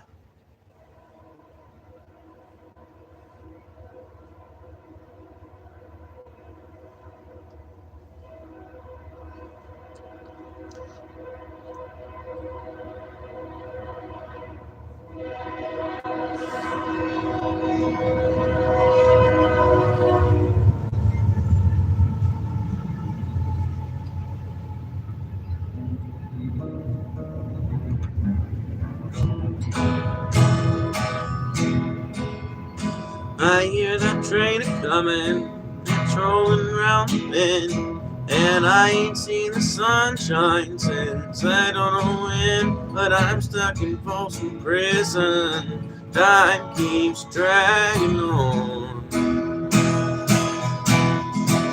but that train keeps a-rolling on down to San Antonio.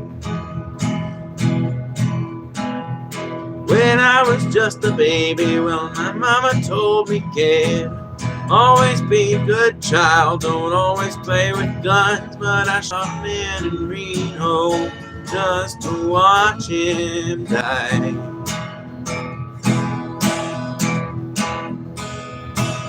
When I hear that whistle blowing, I hang my head and cry.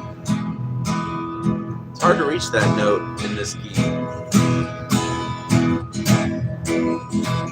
Well, I bet there's rich folks eating in their fancy dining cars. They're probably drinking coffee while they're smoking fine cigars. And I know I had it coming. I know I can't be free.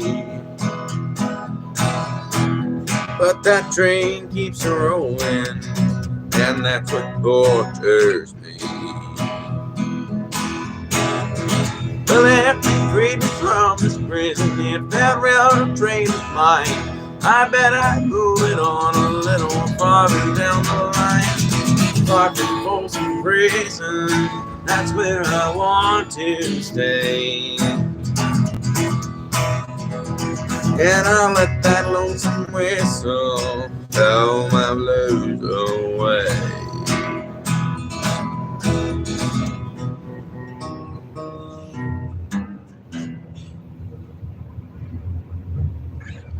Holy shit, the train outlasted that song.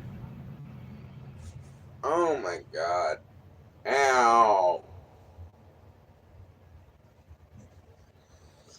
Ow, I'm in pain, y'all. I'm in much pain. It's 3 in the morning. What am I doing?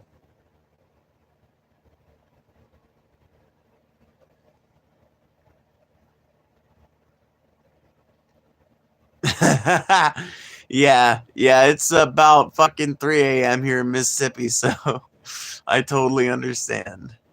You have a good night, playa. Well, thank y'all. Yeah, I appreciate you guys. It's really cool to see people like pop through and like the music and subscribe for that, you know. I know they'll come through and see something they're probably not as interested in later, but just know this is always an optional part of the content. I've always got the guitar in arm's reach and break it out, you know.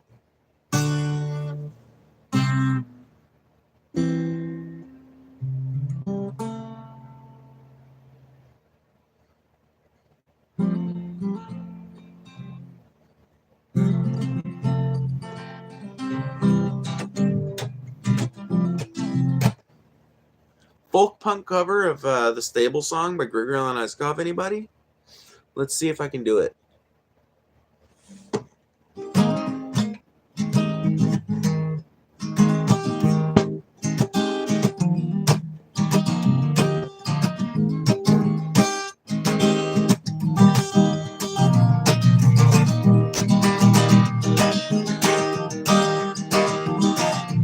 Remember when I sung just like prayers, like gospel limbs that you hold in the air.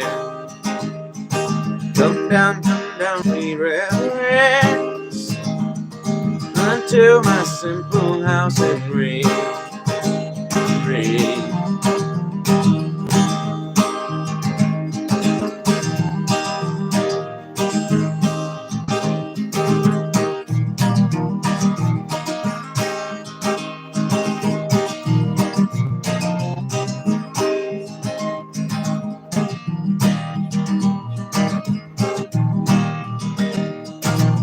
Ring like silver, ring like gold, ring out the ghosts of the Ohio.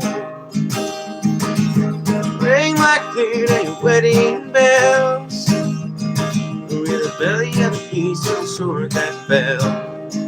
Well, we'll never tell.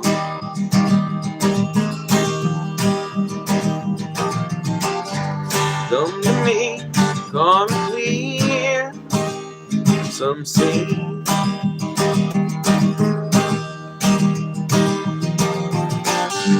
watch the world spinning away on some machine. I've been crazy, couldn't you tell? Threw stone with the stars, but the whole sky fell. Now I'm covered up in strawberry up on the table. Well, I drank and I sang and passed on the stage. Oh, oh, oh.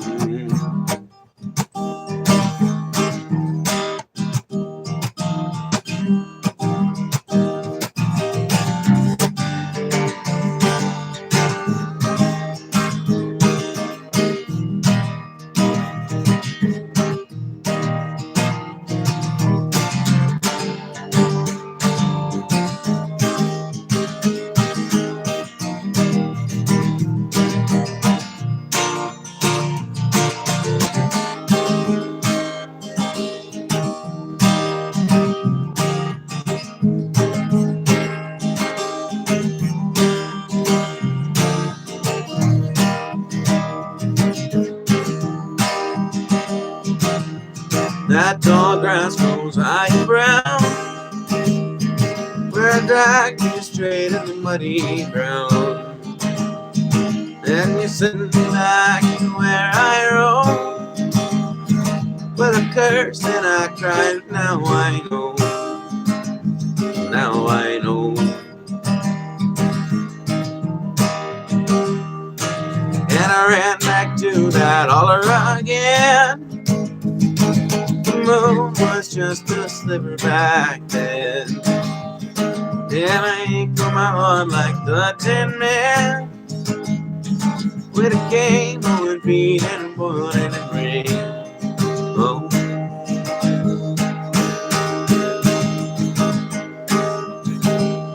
swinging.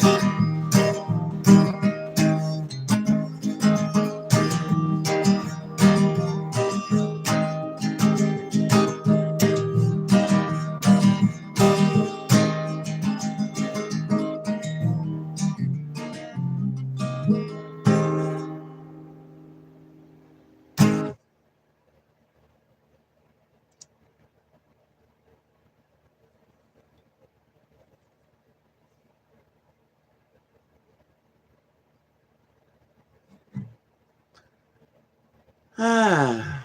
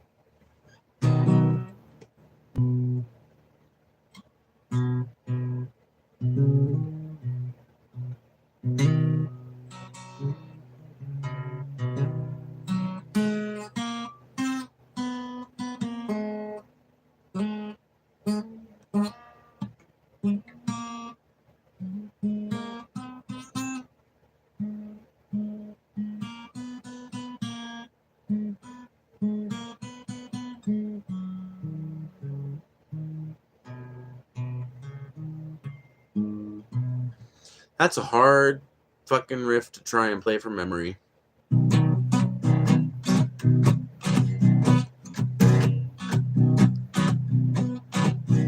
Well, I used to worship whiskey, now I only drink the Lord. And I take my coffee cream and 7 sugars. Each night we stand on the sidewalk and cigarette it pours, swapping one addiction for another. Coffee, God, and cigarettes are all that I need. They're all that I need just to break this routine.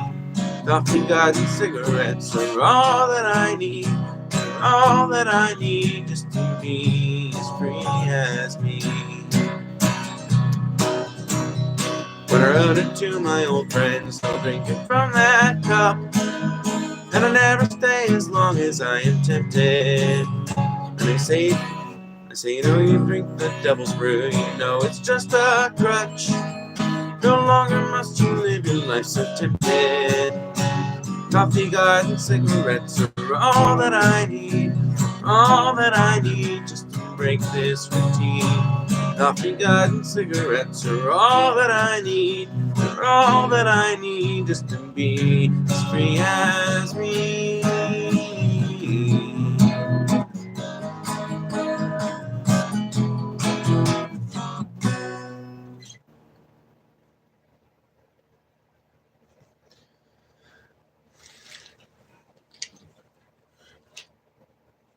I never want to leave these, but that's probably a bad instinct. Bah! Bah! Bah! Alright, I'm going. Goodbye. Meh.